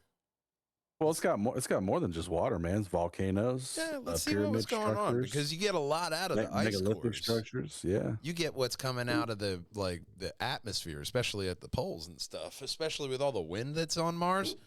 Let's get some ice core samples up in that bitch. You know what I mean? That's how we found out a lot about our global climate. When the geologists are looking back at our fucking global climate, they're looking at the ice cores like, oh, okay, this was at this level. Because it gets pollen sources up there, too, that gets trapped in the ice. So you get a lot of information from ice core samples. I think what Vinnie said was really cool because it inspired a thought. And it's like, what if, you know how like people lose their limbs, they have ghost pains? Yeah. Yeah, well, what if that urge to know what's out there is the ghost pain of what was?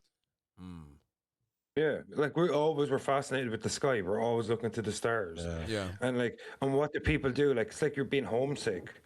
Like, that's what I feel. It's like, it always feels like we always want to go, not just go to the stars as a species, but I think it's like we want to go back. It's like if you look at like the Dogon in Africa, if you look at the ancient Sumerians, they have this massive knowledge of the astrology and astronomy, and they know about things that they shouldn't know about, like Ceres and all these. Like, and what if that information came here? It's not learned here. What if it came here? If it was taught to us, it was brought to us. You know what I mean? Well, we and lost sometimes a I feel lot of like that in our normal day to day. We lost it with light pollution. Back then, it was right there. You didn't have TV. You didn't have light. You had nothing but the night sky. And that is, it's a lot like if you've ever been at like waiting in a waiting room and they have that weird kind of tile that plays tricks with your minds and you can create see little characters in. It's kind of like that, where you have all this cosmic backdrop of like a beautiful set of sky that is way different than we saw. But there's this innate storytelling and wanting to understand the universe. So that's where the mythology, and, you know, just like there was a King David, there was a King Solomon. We know they existed.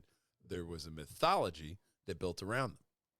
Even around people who were a lot more modern, like Alexander the Great. He made his own mythology around him. You look at the ancient Egyptians, they created their mythology and they carved their own history, so they were able to create the narrative on that. Yeah. I mean, that could have been the form of the elites, though. I mean, that could have been passed down depending on what side of the Bible you believe on. Old times, where like Enlil and the Anunnaki that reigned for 12,000 years and then went back up into the sky, and then that ties into the Nibiru, and they needed gold to reignite their atmosphere and shit. It's always gold. It's a very rare substance, but, you know, like why are aliens never looking for trees? You know what I mean? I mean, there's more water in the universe than there are trees. Trees are more rare than water in the universe, but nobody's coming here looking for fucking trees. They're always looking for gold. It's like every alien's gold member out there. I love gold. Like, another one. But gold is so useful in terms of like space travel. It's a great conductor. It's very malleable. Yeah. You can do whatever you want with it, you know. Looks it's pretty. great for don't use it as well for heat reflectors, yeah. And you only need a little bit of it. Like, especially when you look at some of the like gold plating that they did in like Mesoamerica and even in Egypt. You need a little bit of that shit and you can fucking stretch that shit like peanut butter, man. It's a really fucking, you know, it's a useful resource. And then, well, not just that, it's like gold flakes. Like it has a mineral value to our anatomy as well. Yeah. Our internal organs and shit. And even the rich people use gold flakes as like I don't know, like a ceremonial thing in their fucking ice cream, their wedding cakes, chocolate. Like, how posh are you? You're fucking eating your gold. Wipe your ass with them $100 bills. I mean, it could be that we were dropped off here, and like a 16-year-old Indian whose native father drops him in the forest and says, "Find us when you're ready," and like you just have to be that Spartan / fucking Marine that makes it home. Or Mowgli. Well, yeah, especially like native. Good luck, boy. But like Native Americans, here's a planet. Come back to us when you're ready. So, Native Americans, the greatest fucking game of Sims ever. They have that mythology to where it's almost like otherworldly. It's almost otherworldly in their beginning, to where we started in this other world and then we transferred here. And then they're like, I forget the tribe, but they're like, oh, we've been here for like 18,000 years. Then they tested their DNA and they're like, holy shit, they have. Like, what? You thought they were bullshitting? Like, yeah, we've lived here consistently for this long, fucker, until you came around. And they look at their DNA and they're like, no, they're not bullshitting. That's right. 18,000 years. And they're like, nah, everybody walked over this corridor 13,000 years ago. Now they're finding shit out with DNA and they're like, oh, yeah, no, that's bullshit. Just like the Egyptians. Anasazi Native Americans, they talk about the ant people. Yeah. And they have loads of like pictographs and geoglyphs and stuff like that depicting people that look like they're in spacesuits and stuff. Like, man, they talk about the Thunderbird as well a lot in Native American lore, and they said that it roared and it was metallic almost. I think a lot of some of the like the depictions of it and stuff. So like it is very strange that Native throughout Americans ancient did lore. use metals. They had coppers and stuff like that, especially everybody. If they found an asteroid, they were fucking using that shit in something. Even Tutankhamun Well, had an asteroid fucking dagger. They love that shit. Those contraptions were said to be powered by mercury, which is something the Egyptians knew about. Mm-hmm. Oh, and the first All those caverns they found in they love Egypt that recently, shit. there was like a river of mercury under there. Just like what's said to be in the Chinese first emperor tomb, like a whole map of China, and then the rivers are mercury. They test the mercury, ground that pyramid's on, and it's like, hey, this is toxic. You guys can't be here. Why? Mercury. Okay, maybe that wasn't bullshit. There is a lot of mercury here. It's still in the soil. Yeah. So, I mean, some shit may have been myth. You know, you see a mammoth skull, and it looks like a cyclops. There's a big hole right here where the trunk goes, you know? So maybe something like that. You know, just like the giant octopus until they found them. You know, what was really stepped in myth and somebody's creative mind, because they look at like, oh, stuff from Homer. They're finding these cities underwater of like, oh yeah, this is that city that Homer was talking about. They thought Troy was a myth until they blew it up with dynamite. Cyclops were born from mammoths with mange. You know, I mean, so they look like fucking mummies. But how many of those ancient mythic creatures were like prehistoric beasts that just didn't die out yet? Do you think dragons are dinosaurs? Do you think dragons are real, or like why do dragons keep coming up? Like that's we're talking about ancient creatures. I mean, some kind of beast like that, because even the dire wolf was still around until, you know, recent history, you could say. 12, 14,000 years ago. Well, same as the some would say it's coming back in North America. Yeah, they're trying to bring it back with that one company, but it's not a real dire wolf. I mean, the pterodon is a known dinosaur. That thing was as big as an F-16. Oh, did you see the one?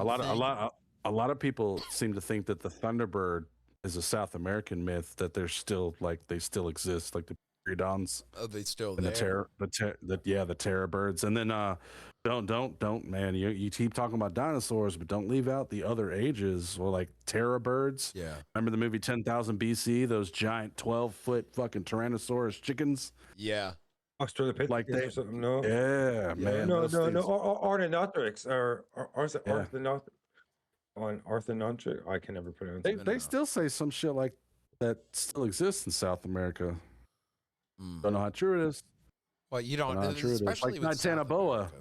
Fucking, I'm glad he's extinct. There's so much overgrowth down there.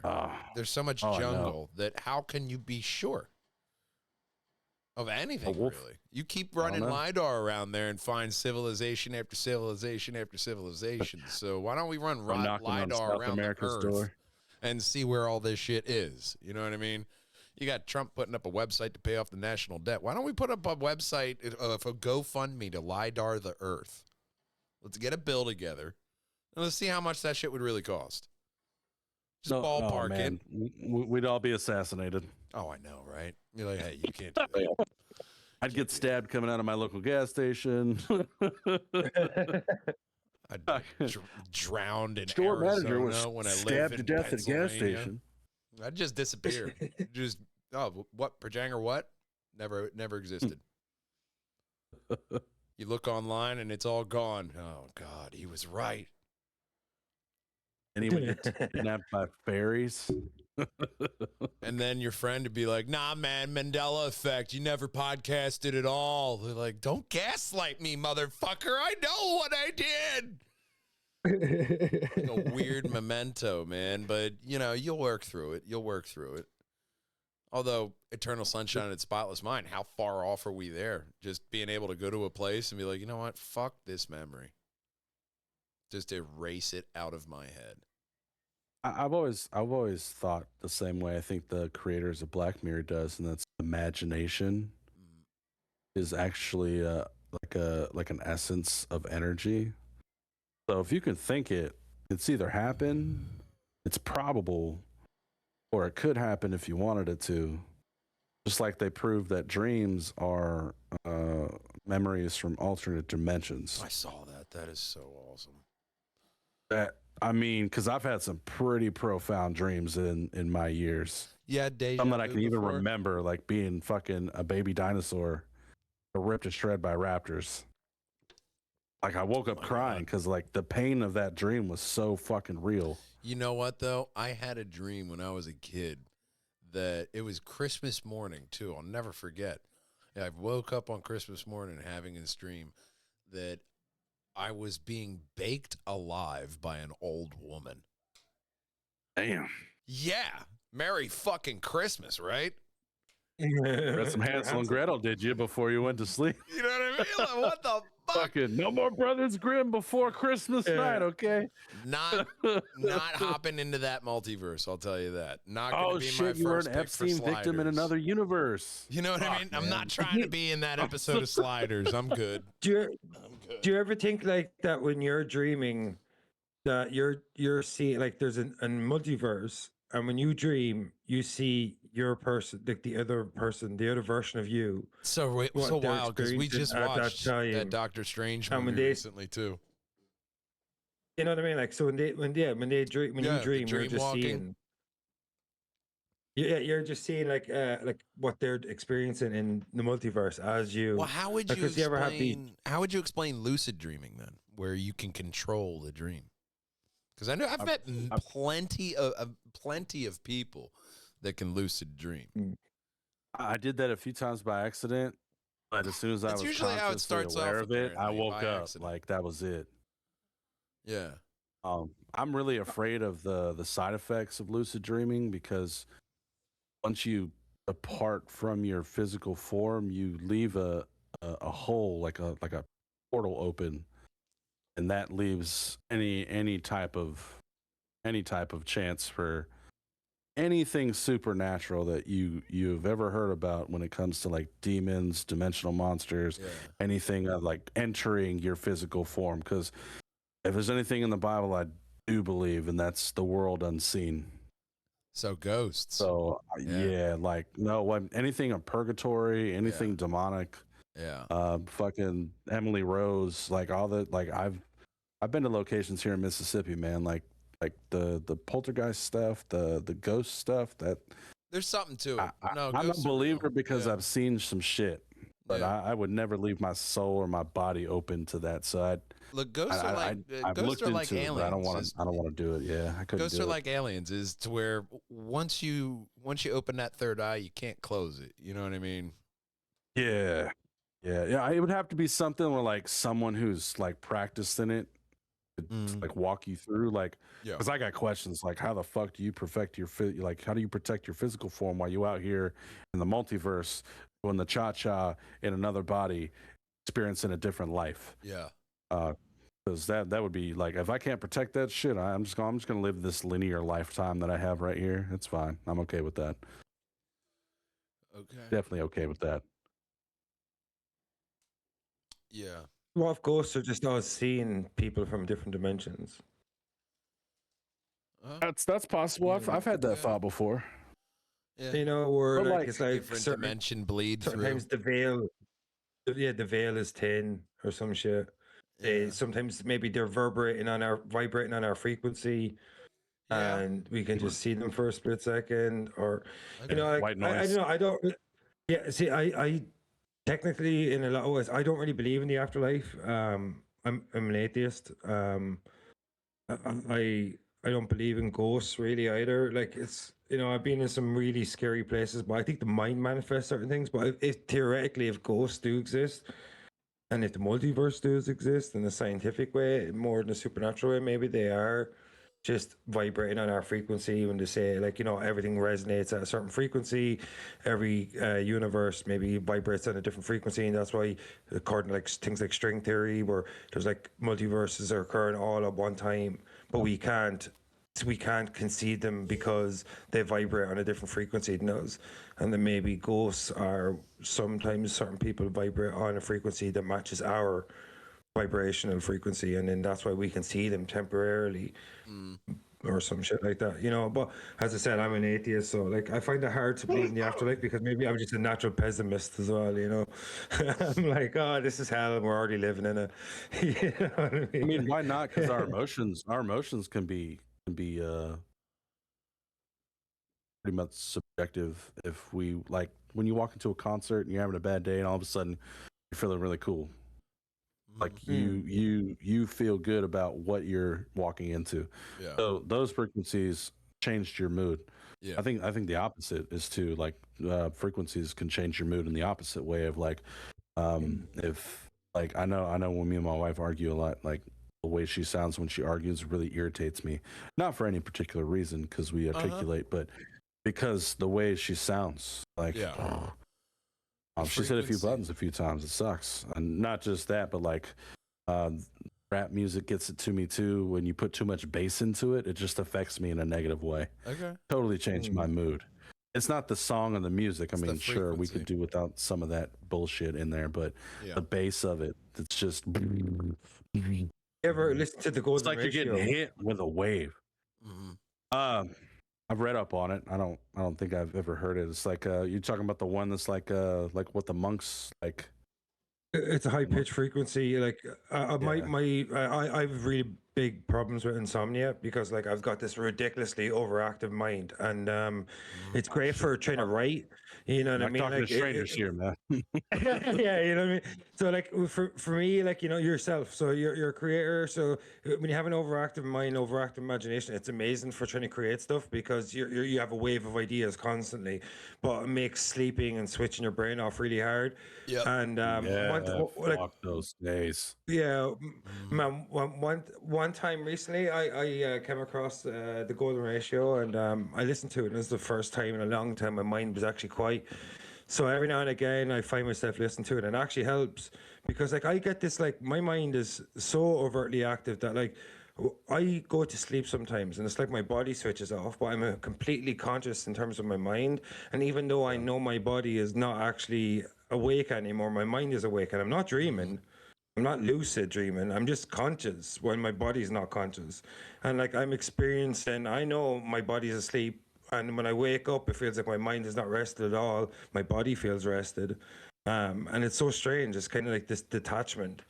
Like, and that's why sometimes, like, when I talk about your inner monologue, and I'm like, is that you? And is that you? Like, why are you conversing with yourself in a way that you converse with somebody else? Yeah. And like, and why do you have disagreements with your inner monologue? And what causes that? And like, sometimes when I think about that dude, what's the dude?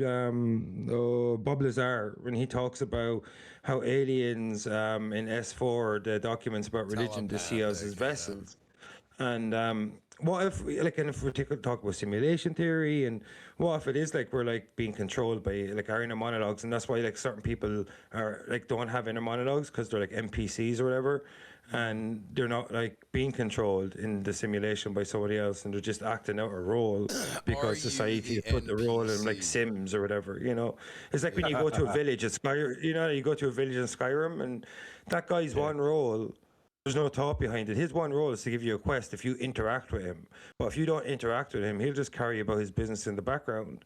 And like a lot of people in your life, you won't notice them, and they won't have any role in your life unless you interact with them. Yeah. And it's kind of like an NPC, you know, that kind of way. Like, because like it's that whole theory is like, how many times have you seen your neighbor bring in their groceries? Like, think about it. Very fucking rarely. Like, you know what I mean? And how many times do you not notice anybody until you interact with them? And as soon as you interact with them, they play a role in your life.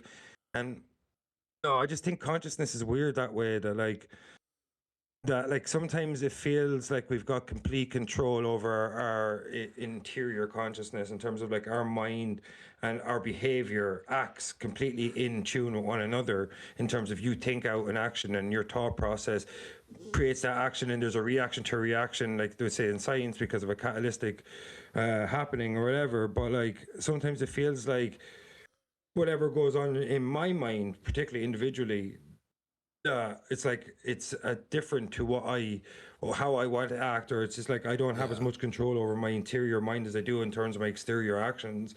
I feel like I'm in total control over my actions, even though I have impulsivity.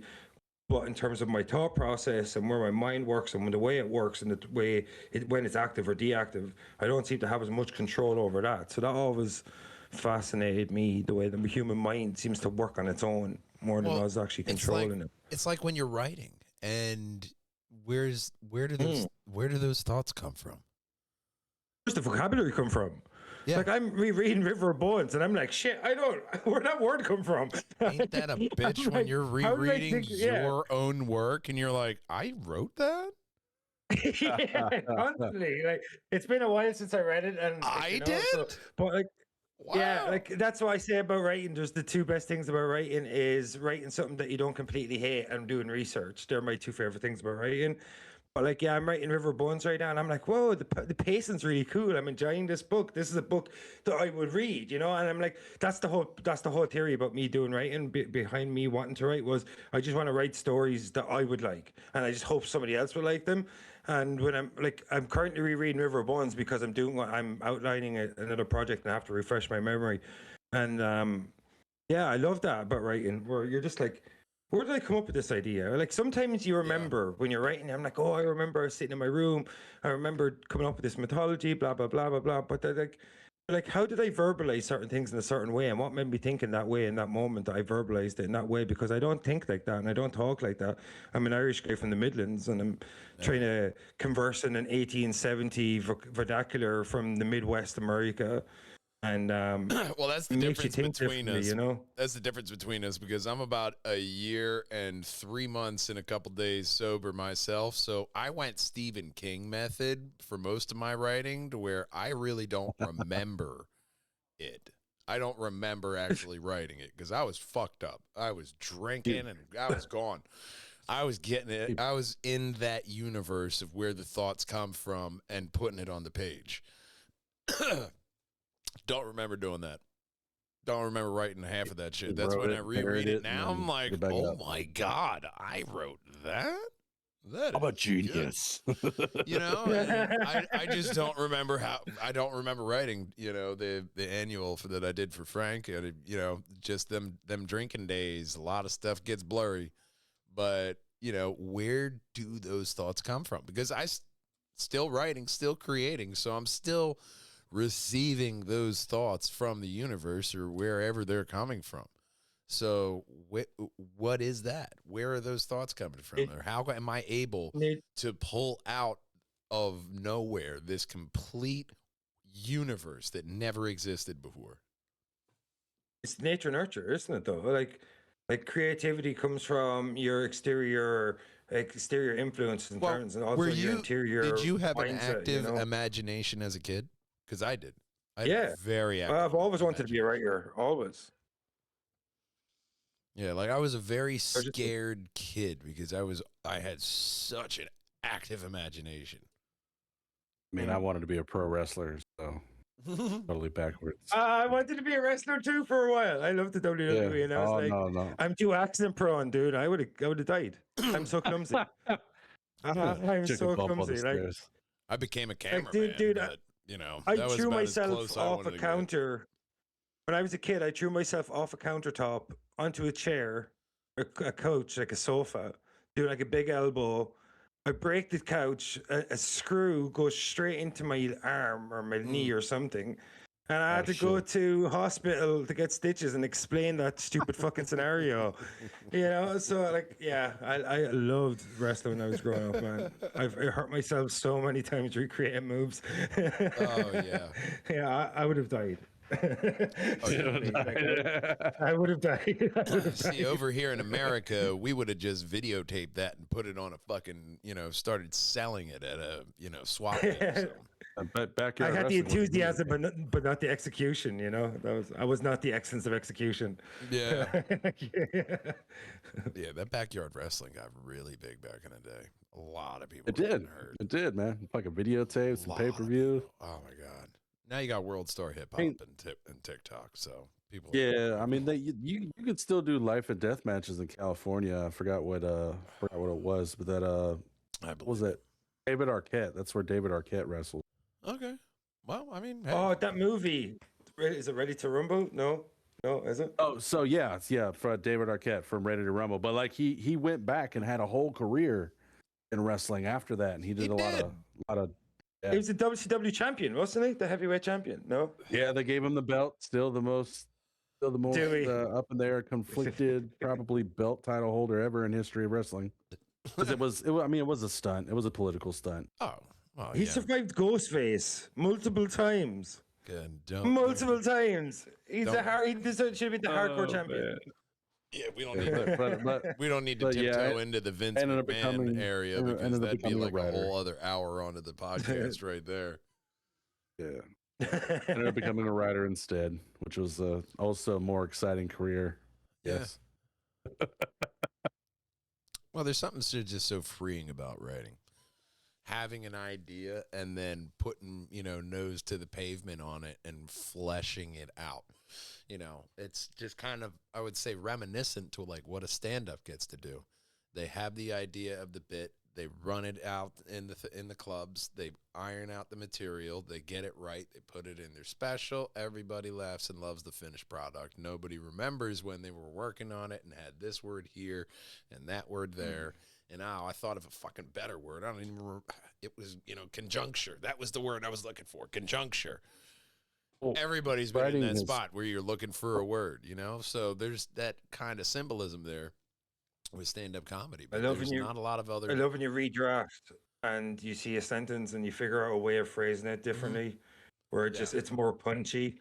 Like little things like that. One thing I love about writing though is different formats. Because like right now I'm working on screenplays, I'm working on feature screens, I'm working on short screenplays, I'm working on the animated anthology, I'm working on like the novella. Like the best thing about writing is that it varies in so many different ways that it challenges you to write in a completely different way, because you always have to have your 3 acts. Everybody, like it's the DNA of a story, a beginning, a middle, and an end. But the way you flesh out your story in terms of how much and in terms of the allotment you give yourself, like it's the heresy that I wrote for our anthology, like 16 pages long, and I had to come up with a full narrative, and that was based on a piece of music, which added an extra layer of complexity to it.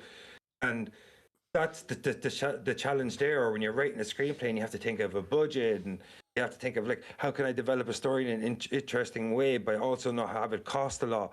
And then when I wrote Blackrock, when I wrote that as a 0 budget screenplay, and like then you write a novel, and it's just one of the best things about writing a novel is you don't have to worry about budget. You're just like I'm going to have 1,000. Yeah, it's exactly. I got $300 for a nice cover. Let's go. Yeah, go write a thing. Yeah, man.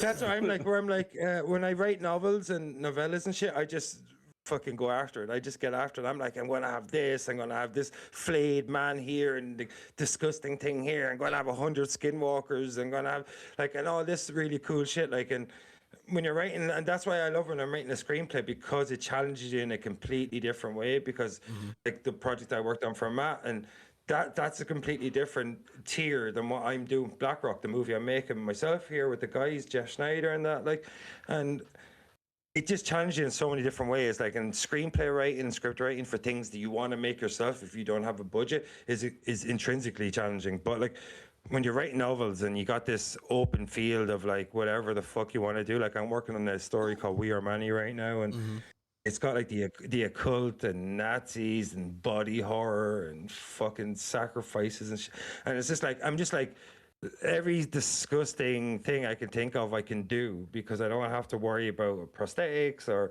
like a fucking makeup department or whatever, and it's the same like with River of Bones. Like, I was able to put as many werewolves in as many scenes as I wanted because you don't have to worry about budgets or whatever. And that's what I love about writing. It's just so many different layers, and it's so challenging in so many different ways depending on the format and medium, and so cool, so much fun. I just casted Blackjack and Anthony in your We Are Many movie. It's set in the 50s, so not Anthony Mackie, I don't think. You just get Sebastian Stan. There you go. But it's like, did you check out that one film that I told you about, the short film on Netflix? It was just set in a pub, and it's these I haven't seen that guys yet. singing different songs in a pub. But it's $100 or something. You told me it's called. yeah, it's so crazy because by the end of it, you have such an understanding of all the characters, and most of it is from like song choice, what they say to other characters, and all that. It's a brilliant film, a very nice, dramatic, and it's all done just in one room with a group of guys singing a song, each singing a song. Fantastic fucking short film. That's the benefit of streaming. Like Netflix, they're not going anywhere. They have this need for content, and especially with short film, people are going to podcasts now. That's something that where you have everything in front of you. Like there's things like Tubi out there to where you could put your idea and product out there, and people will get to consume it. So there's that gratification too.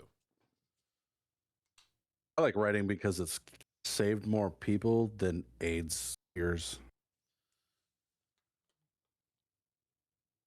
Yeah, I mean, it's a plus. It's a plus. Like, Mike, that's the silliest fucking thing I've ever heard. It's on par. It's on par. It has. Name one thing that's cured AIDS. Name one story that's made someone happy today. Man, all right. The reason I went quiet is because when you broke up on my end, I thought I heard you say AIDS, and I'm like, no, I misheard him.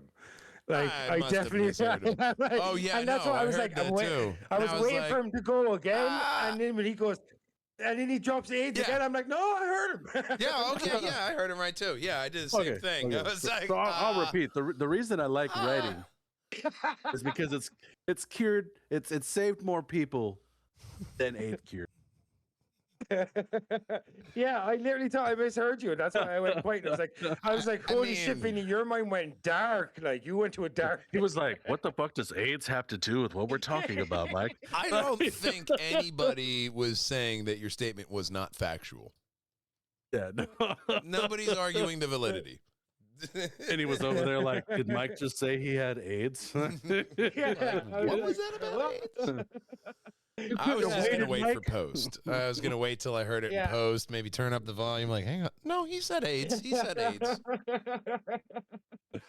Okay, yeah, yeah. I was like, because my brain was like, nah, that's not what you heard. Yeah. I was like, he's gonna clarify. Oh, he said something, and he different. did. He did clarify. In all fairness to him. What you say, you bearded fuck? But it definitely, he definitely did say AIDS. But there'll be a cure for that. There'll be a cure for that. Oh, bad, y'all. I didn't know that AIDS was still an insensitive. Money. Remember, it's in South Park. Money cures AIDS. Like what's going on with Magic Johnson? I mean, he is. Bro's been having it for a minute. Like, you know what I'm saying? Crazy part is he is still alive. You know, he is perfectly fine. Stem cells are amazing when you can afford them. Have you ever heard the conspiracy theory about Magic Johnson that they think that like he was used as a poster boy for AIDS or whatever because they wanted to normalize it in terms of social consciousness, and the fact they think is like that maybe they had some dirt on him. This is a theory that I heard. I don't know if I believe it, but I heard this theory that they had some dirt on him, they leveraged something against him, they used him as the poster boy for HIV or AIDS or whatever, normalize it to show people that they didn't have to be afraid, that you're still able to go and live a normal life, blah, blah, blah. And because he's still alive and the people do be kissing him and all that. I don't know how it's transferred and stuff, but like, I don't know. It's either that or Disney rolled up the money truck and dumped it on his front porch and was like, you're going to be the poster child of AIDS, but you're going to be good. It might ruin your career forever. Yeah. But you'll be good for commercials and shit. Yeah. Yeah, probably. Maybe. If he outlived everybody. I read something back in the MySpace days where there was this philanthropist study group that discovered a hooker in Africa who was, just getting pounded by people with AIDS. But like her T cells weren't infected. So they used her blood to concoct a cure. And that was the last I heard of it. Somebody fell out a window. And I got no idea. Like the guy who invented the water engine. The water engine, yeah. Man, it happens all the time. Like anytime there's some sort of like scientific advancement that goes against the current mode of science that we use, That guy falls out a window. He disappears. Like he's either being drafted into government programs, like, or they just like. How many times can people fall out windows? Yeah. I've lived 38 years in my life. I know one person that died falling out a window. I don't know. Like it happens a lot around the world, seemingly. Like you know what I mean? Like, Well, that's like it's always scientists. that's like Really trees. intelligent people are really bad. Well, that's like tree deaths. Trees kill more people than sharks. That's because trees be hunting. Have you not seen The Lord of the Rings? See what they did to Isengard? I mean, that's the thing. Man, You're more likely to fucking get trees killed move, by man. a tree Those Then fucking Ents, Trees bro. fucking move. than a shark. Treebeard. Ents don't fuck around, man. Ents don't fuck around. You see what they did to Isengard? So I'm selling Come tree on. insurance. I mean, that's just like how many men survive, you know, a gunshot wound. Mm, Pork And their lives wives matter. are just fine. Yeah, yeah. Charlie Kirk. Pork high You pride. find out their wives are in the CIA. You find out that their wives are trees. That's the scarier part. I was about to say. So you're saying his Like, yeah, wife was yeah. a tree? Is that good? You're deciduous? Are I they? thought you were Are they Latina. all in league with the squirrels? You know, like that Rick and Morty episode. Deciduous housewives. I think people would watch that. Just turn into trees.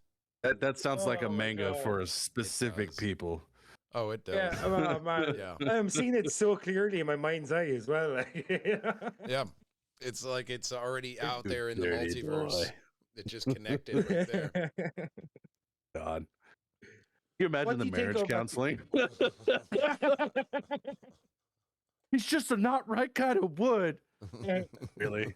It was that oak guy from across the street, huh? The president is Donald Trump. I love your maple, honey. You're just too sticky. It's my sap glands, okay?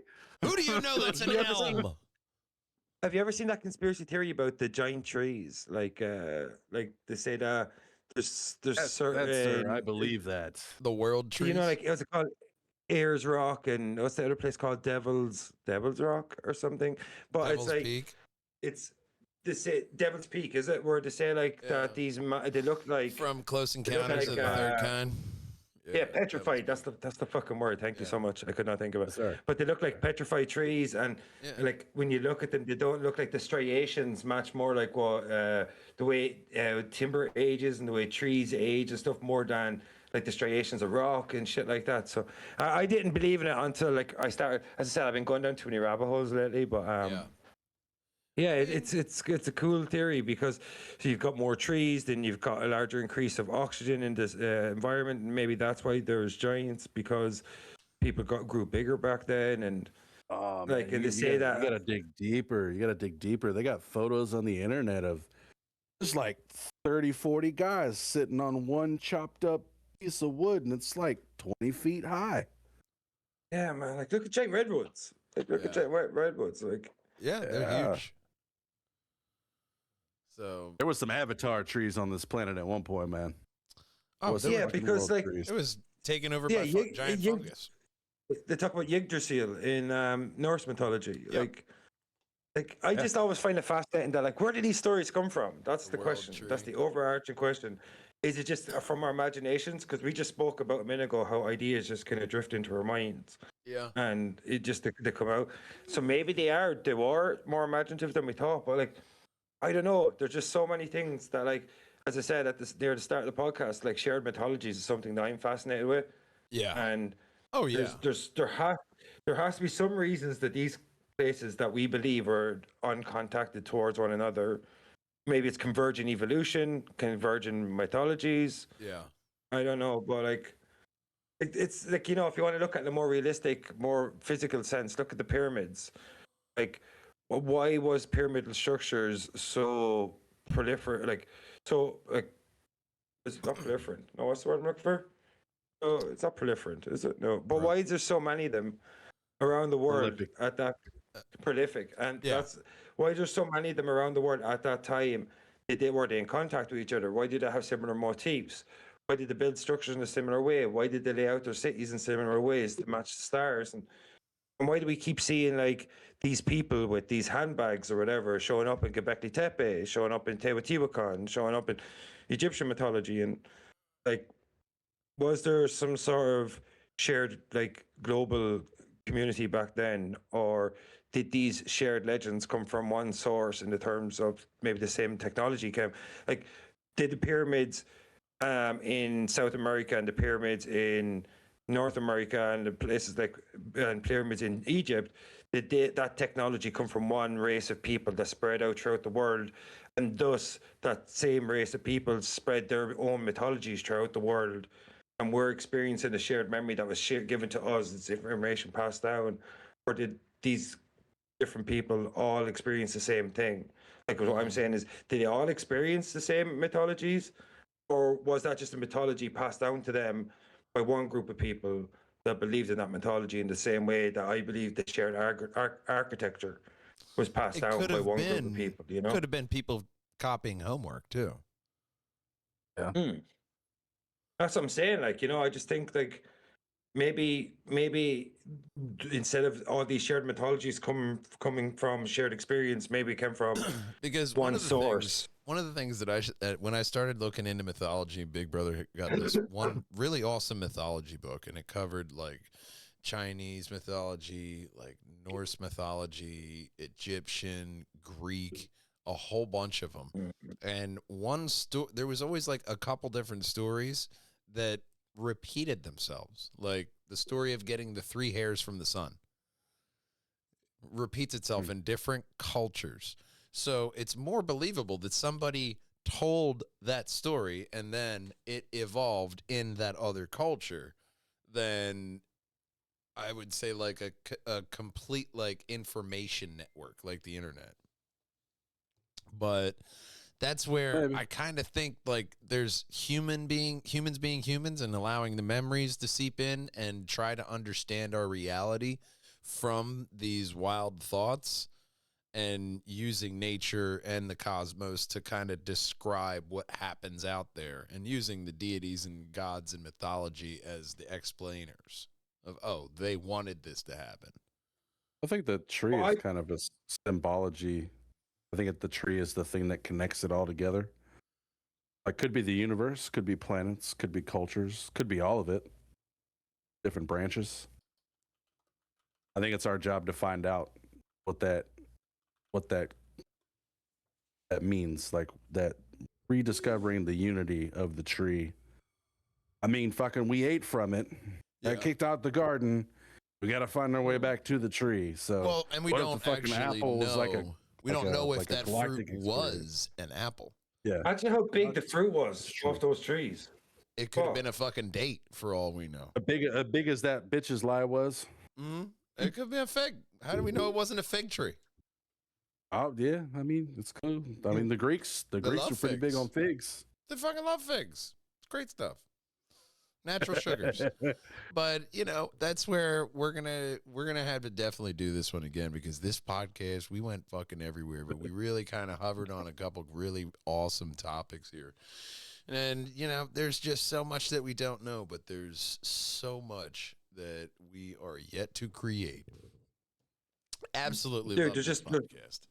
There's one thing that I'm obsessed with lately is this the consciousness. Mm-hmm. Like how I experience reality in terms of like the different in the comparison of like how reality exists. Am I perceiving reality in the way it actually exists, or am I perceiving it through my own perception? And am I creating reality through my own perception? And then am I actually experiencing reality for what it really is?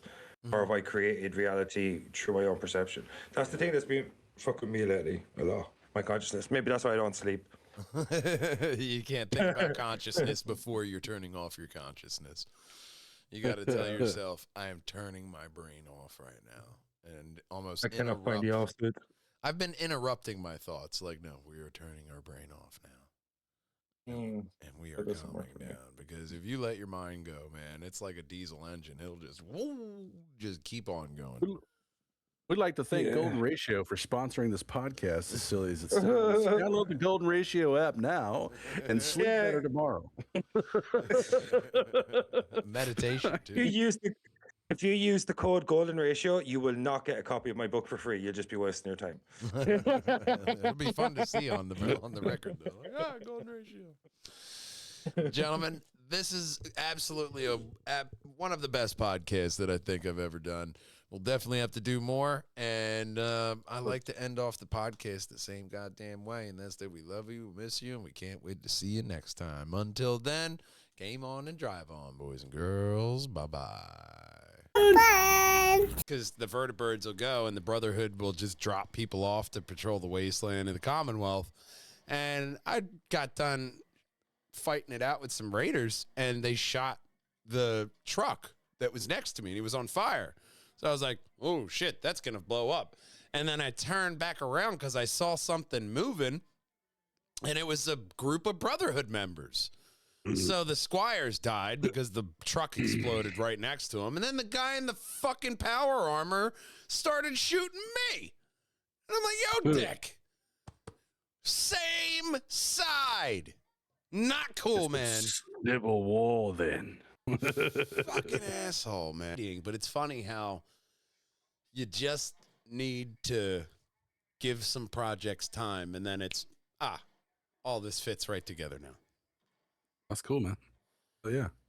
It was a big. Yeah, I remember. It was a big thing, but I still think if that fucking hurricane didn't come down, it would have been such a better special. It never going down came. there. It never came.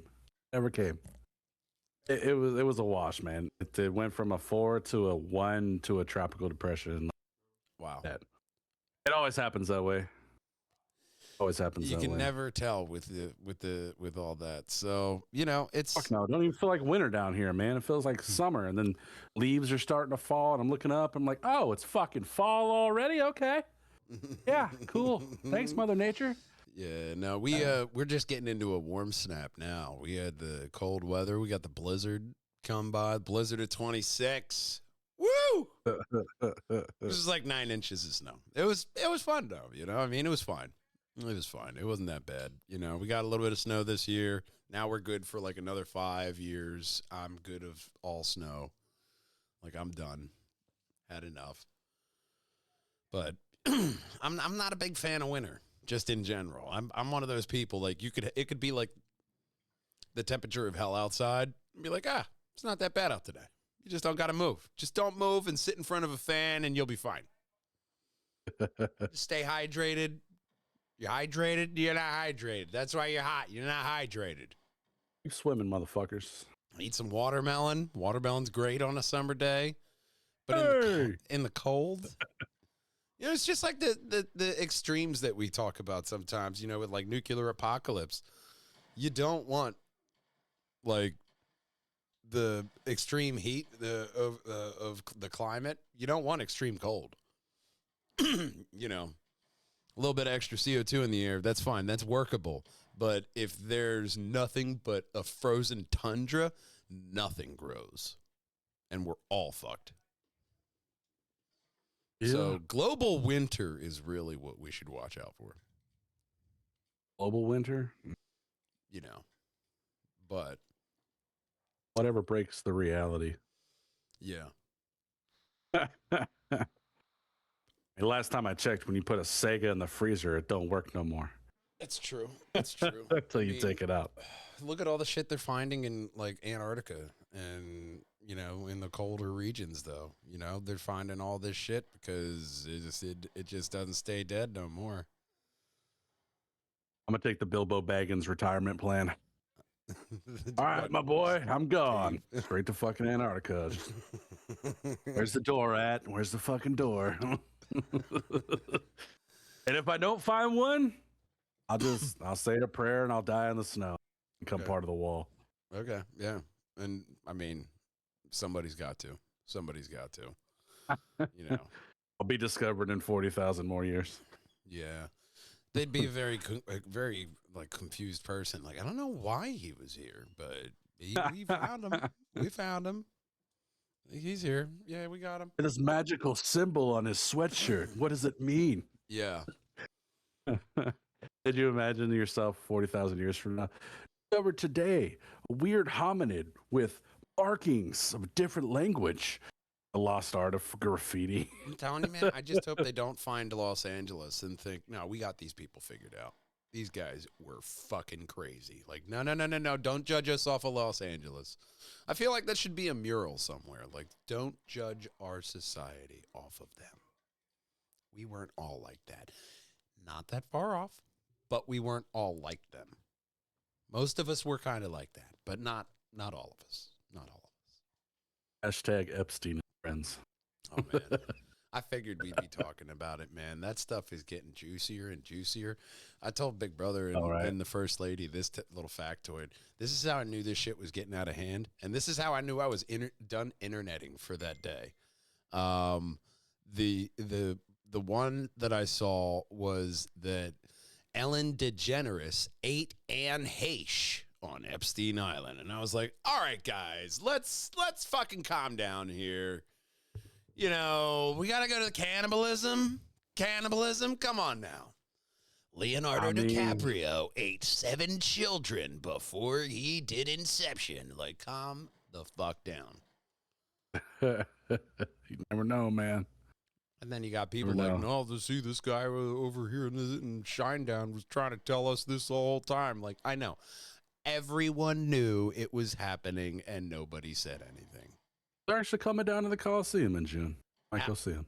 Alex Jones was right. I was telling this about the First Lady. That's the craziest part about this little, future history blip in the textbooks of America is that there was this guy named Alex Jones, and it turned out he was right.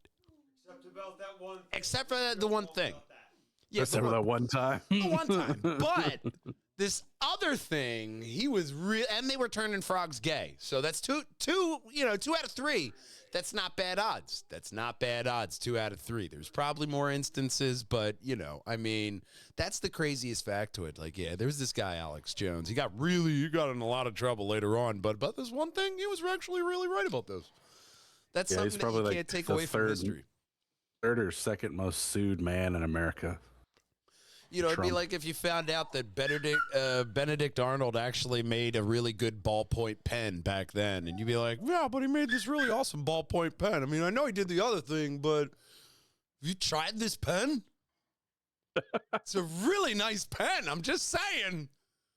Yeah, there's a lot of that with the Epstein list because you get the people who are just like, oh, man. It really happened with like Diddy and R. Kelly first, right? These guys that just had this sex demon on their back. It was like I sent this text in this group chat I'm in because it was this guy.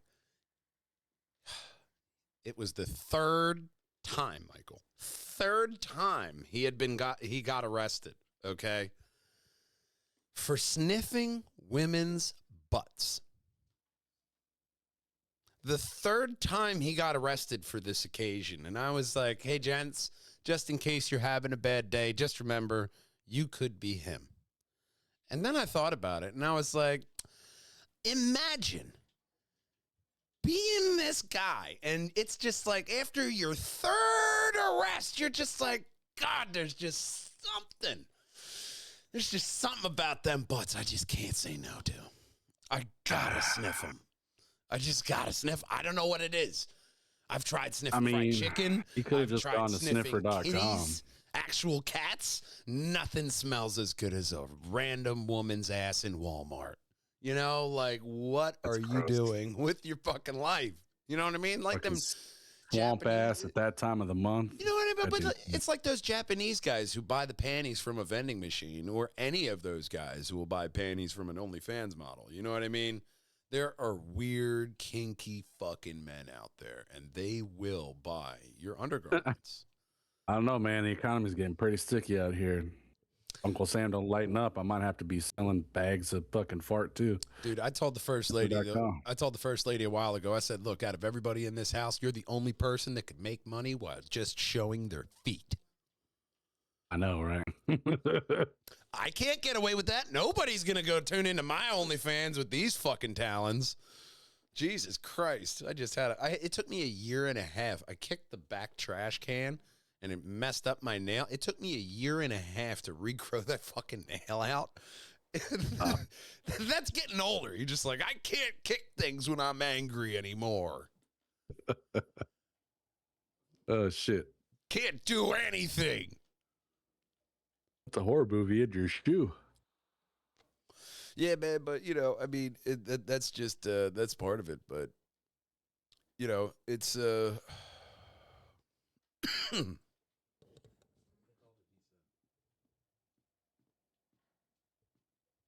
It'd be some crazy shit if AI from the future sent Epstein back into the past to destabilize it sooner.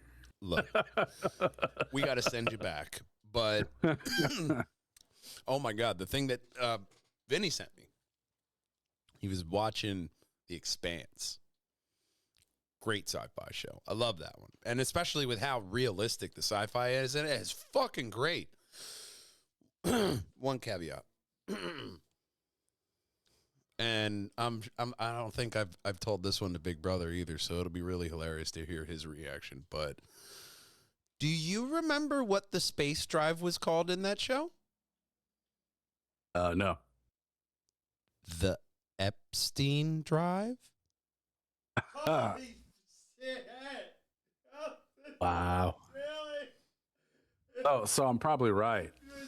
Vinny told me in chat, he said, man, that science drive aged like 3-day-old milk. And I was like, yes, it did. Very much so. That is a horrible drive. It actually runs off of the fucking pictures of your naked children. You want to get there quicker? Take off your clothes. That one did not age well. So, I mean, that's like probably one of those. I think it was writing advice you gave me when I was starting to write that audio drama. And you're like, hey, maybe not Andy King, because that's a very common name. That's like another one of those no names that nobody's going to use. Like, how about this one? How about Heitler? Can't use that one either. There's a bunch of those names to where it's like, sorry, we can't do that. You can't even have a You probably published a whole fucking book on no names. Oh my God, yeah. It would be a New York Times bestseller, just like on why you can't use that name or that thing anymore. I'm telling you, that would be that'd be the thing to do. It doesn't have to just be character names. It's could be like names of like murderers, world leaders. You probably don't want to name after your characters. Dude, you could have a Places you whole probably don't want to chapter just reference. on why you don't need to give your child 3 names. Like John Wayne Gacy, like, the more middle names, the more psychotic. We could start off with that chapter title. That sounds great. That rolls off the tongue. But, I mean, it's just, there's so many different things. And then you start looking at like just names in general. How psychopathic are those people that like only have everybody with the same letter name? And it's usually a K or a C. I met a black guy the other day. He came to my store to work for the morning. His name was Freddie with an IE. I was like, oh, that's misspelled. Okay.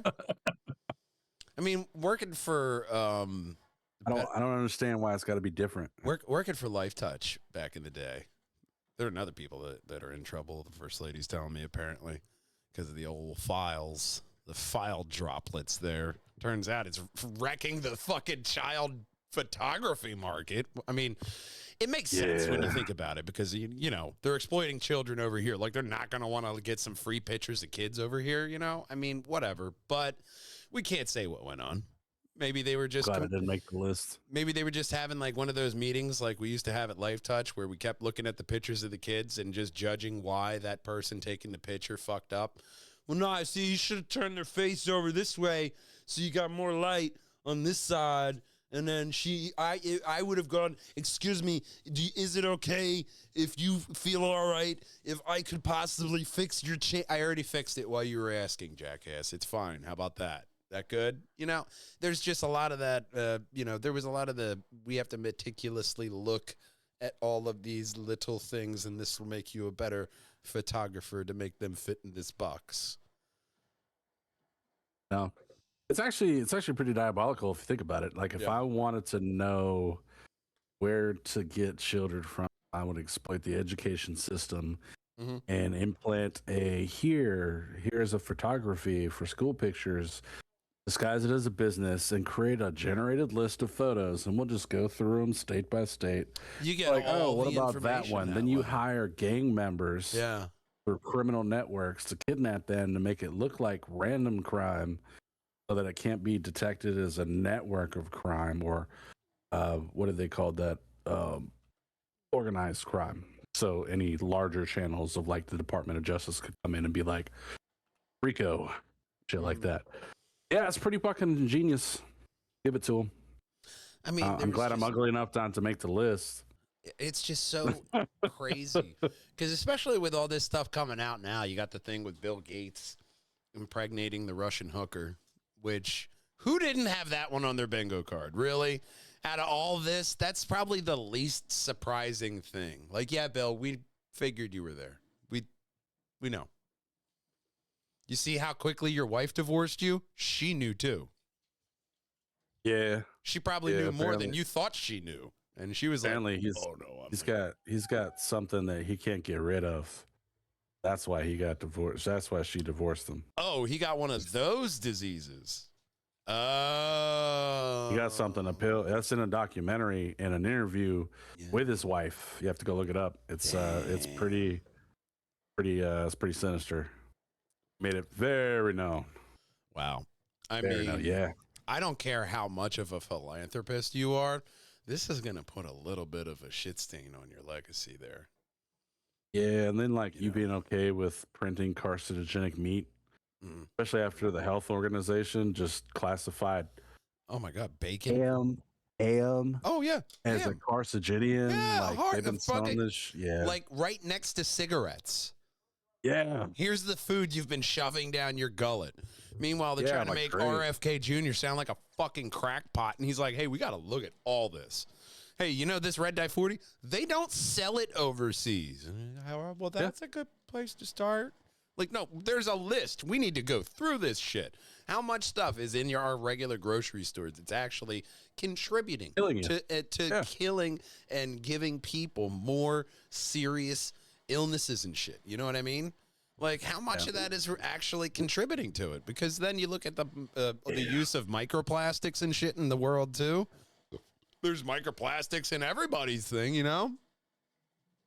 It tastes different now because of different ingredients.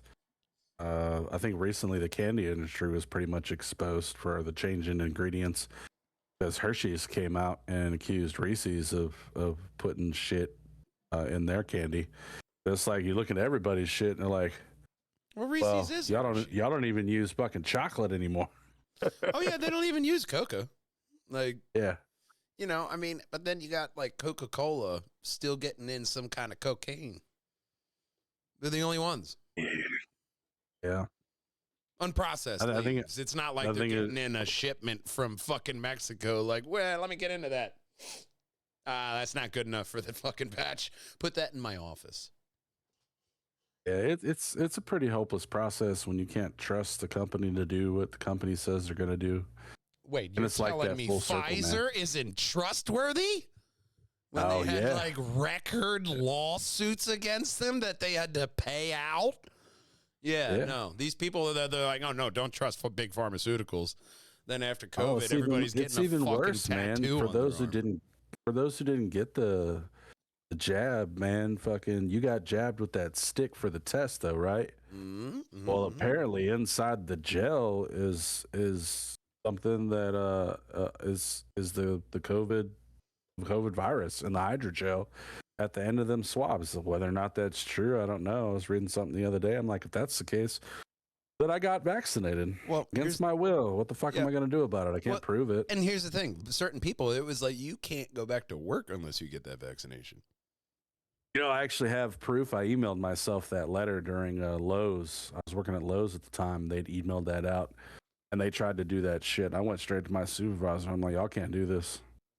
Y'all can't do this. I quit my job right now. Well, see, that was the best part about my job is that my boss was just as lackadaisical about that as the actual like regulations. I mean, it was distancing and all the stuff in the beginning, and then they were like, "Hey, you should get these, you know, plexiglass separators. They'll block everything off. These giant plexiglass walls." Oh man! And he didn't plastic plants made bank during COVID, and he didn't want to pay for it, so he just didn't buy it. And we just. Thank God for the airborne illness. We had plenty of disinfectant, though.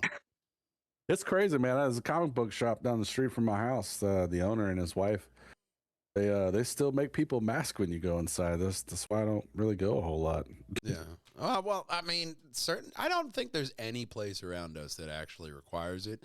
You'll still see the occasional person wearing a mask because it's so weird. Because I remember podcasting before 2020, and when the onslaught of the COVID was coming, I was just like looking at Japan. I'm like, they've been randomly wearing masks for years. If you didn't feel good, you wore a mask in public so you didn't get everybody else sick. They're just conscientious people over there. And I fucking predicted it. I was like, they're going to fucking not go away. Bye.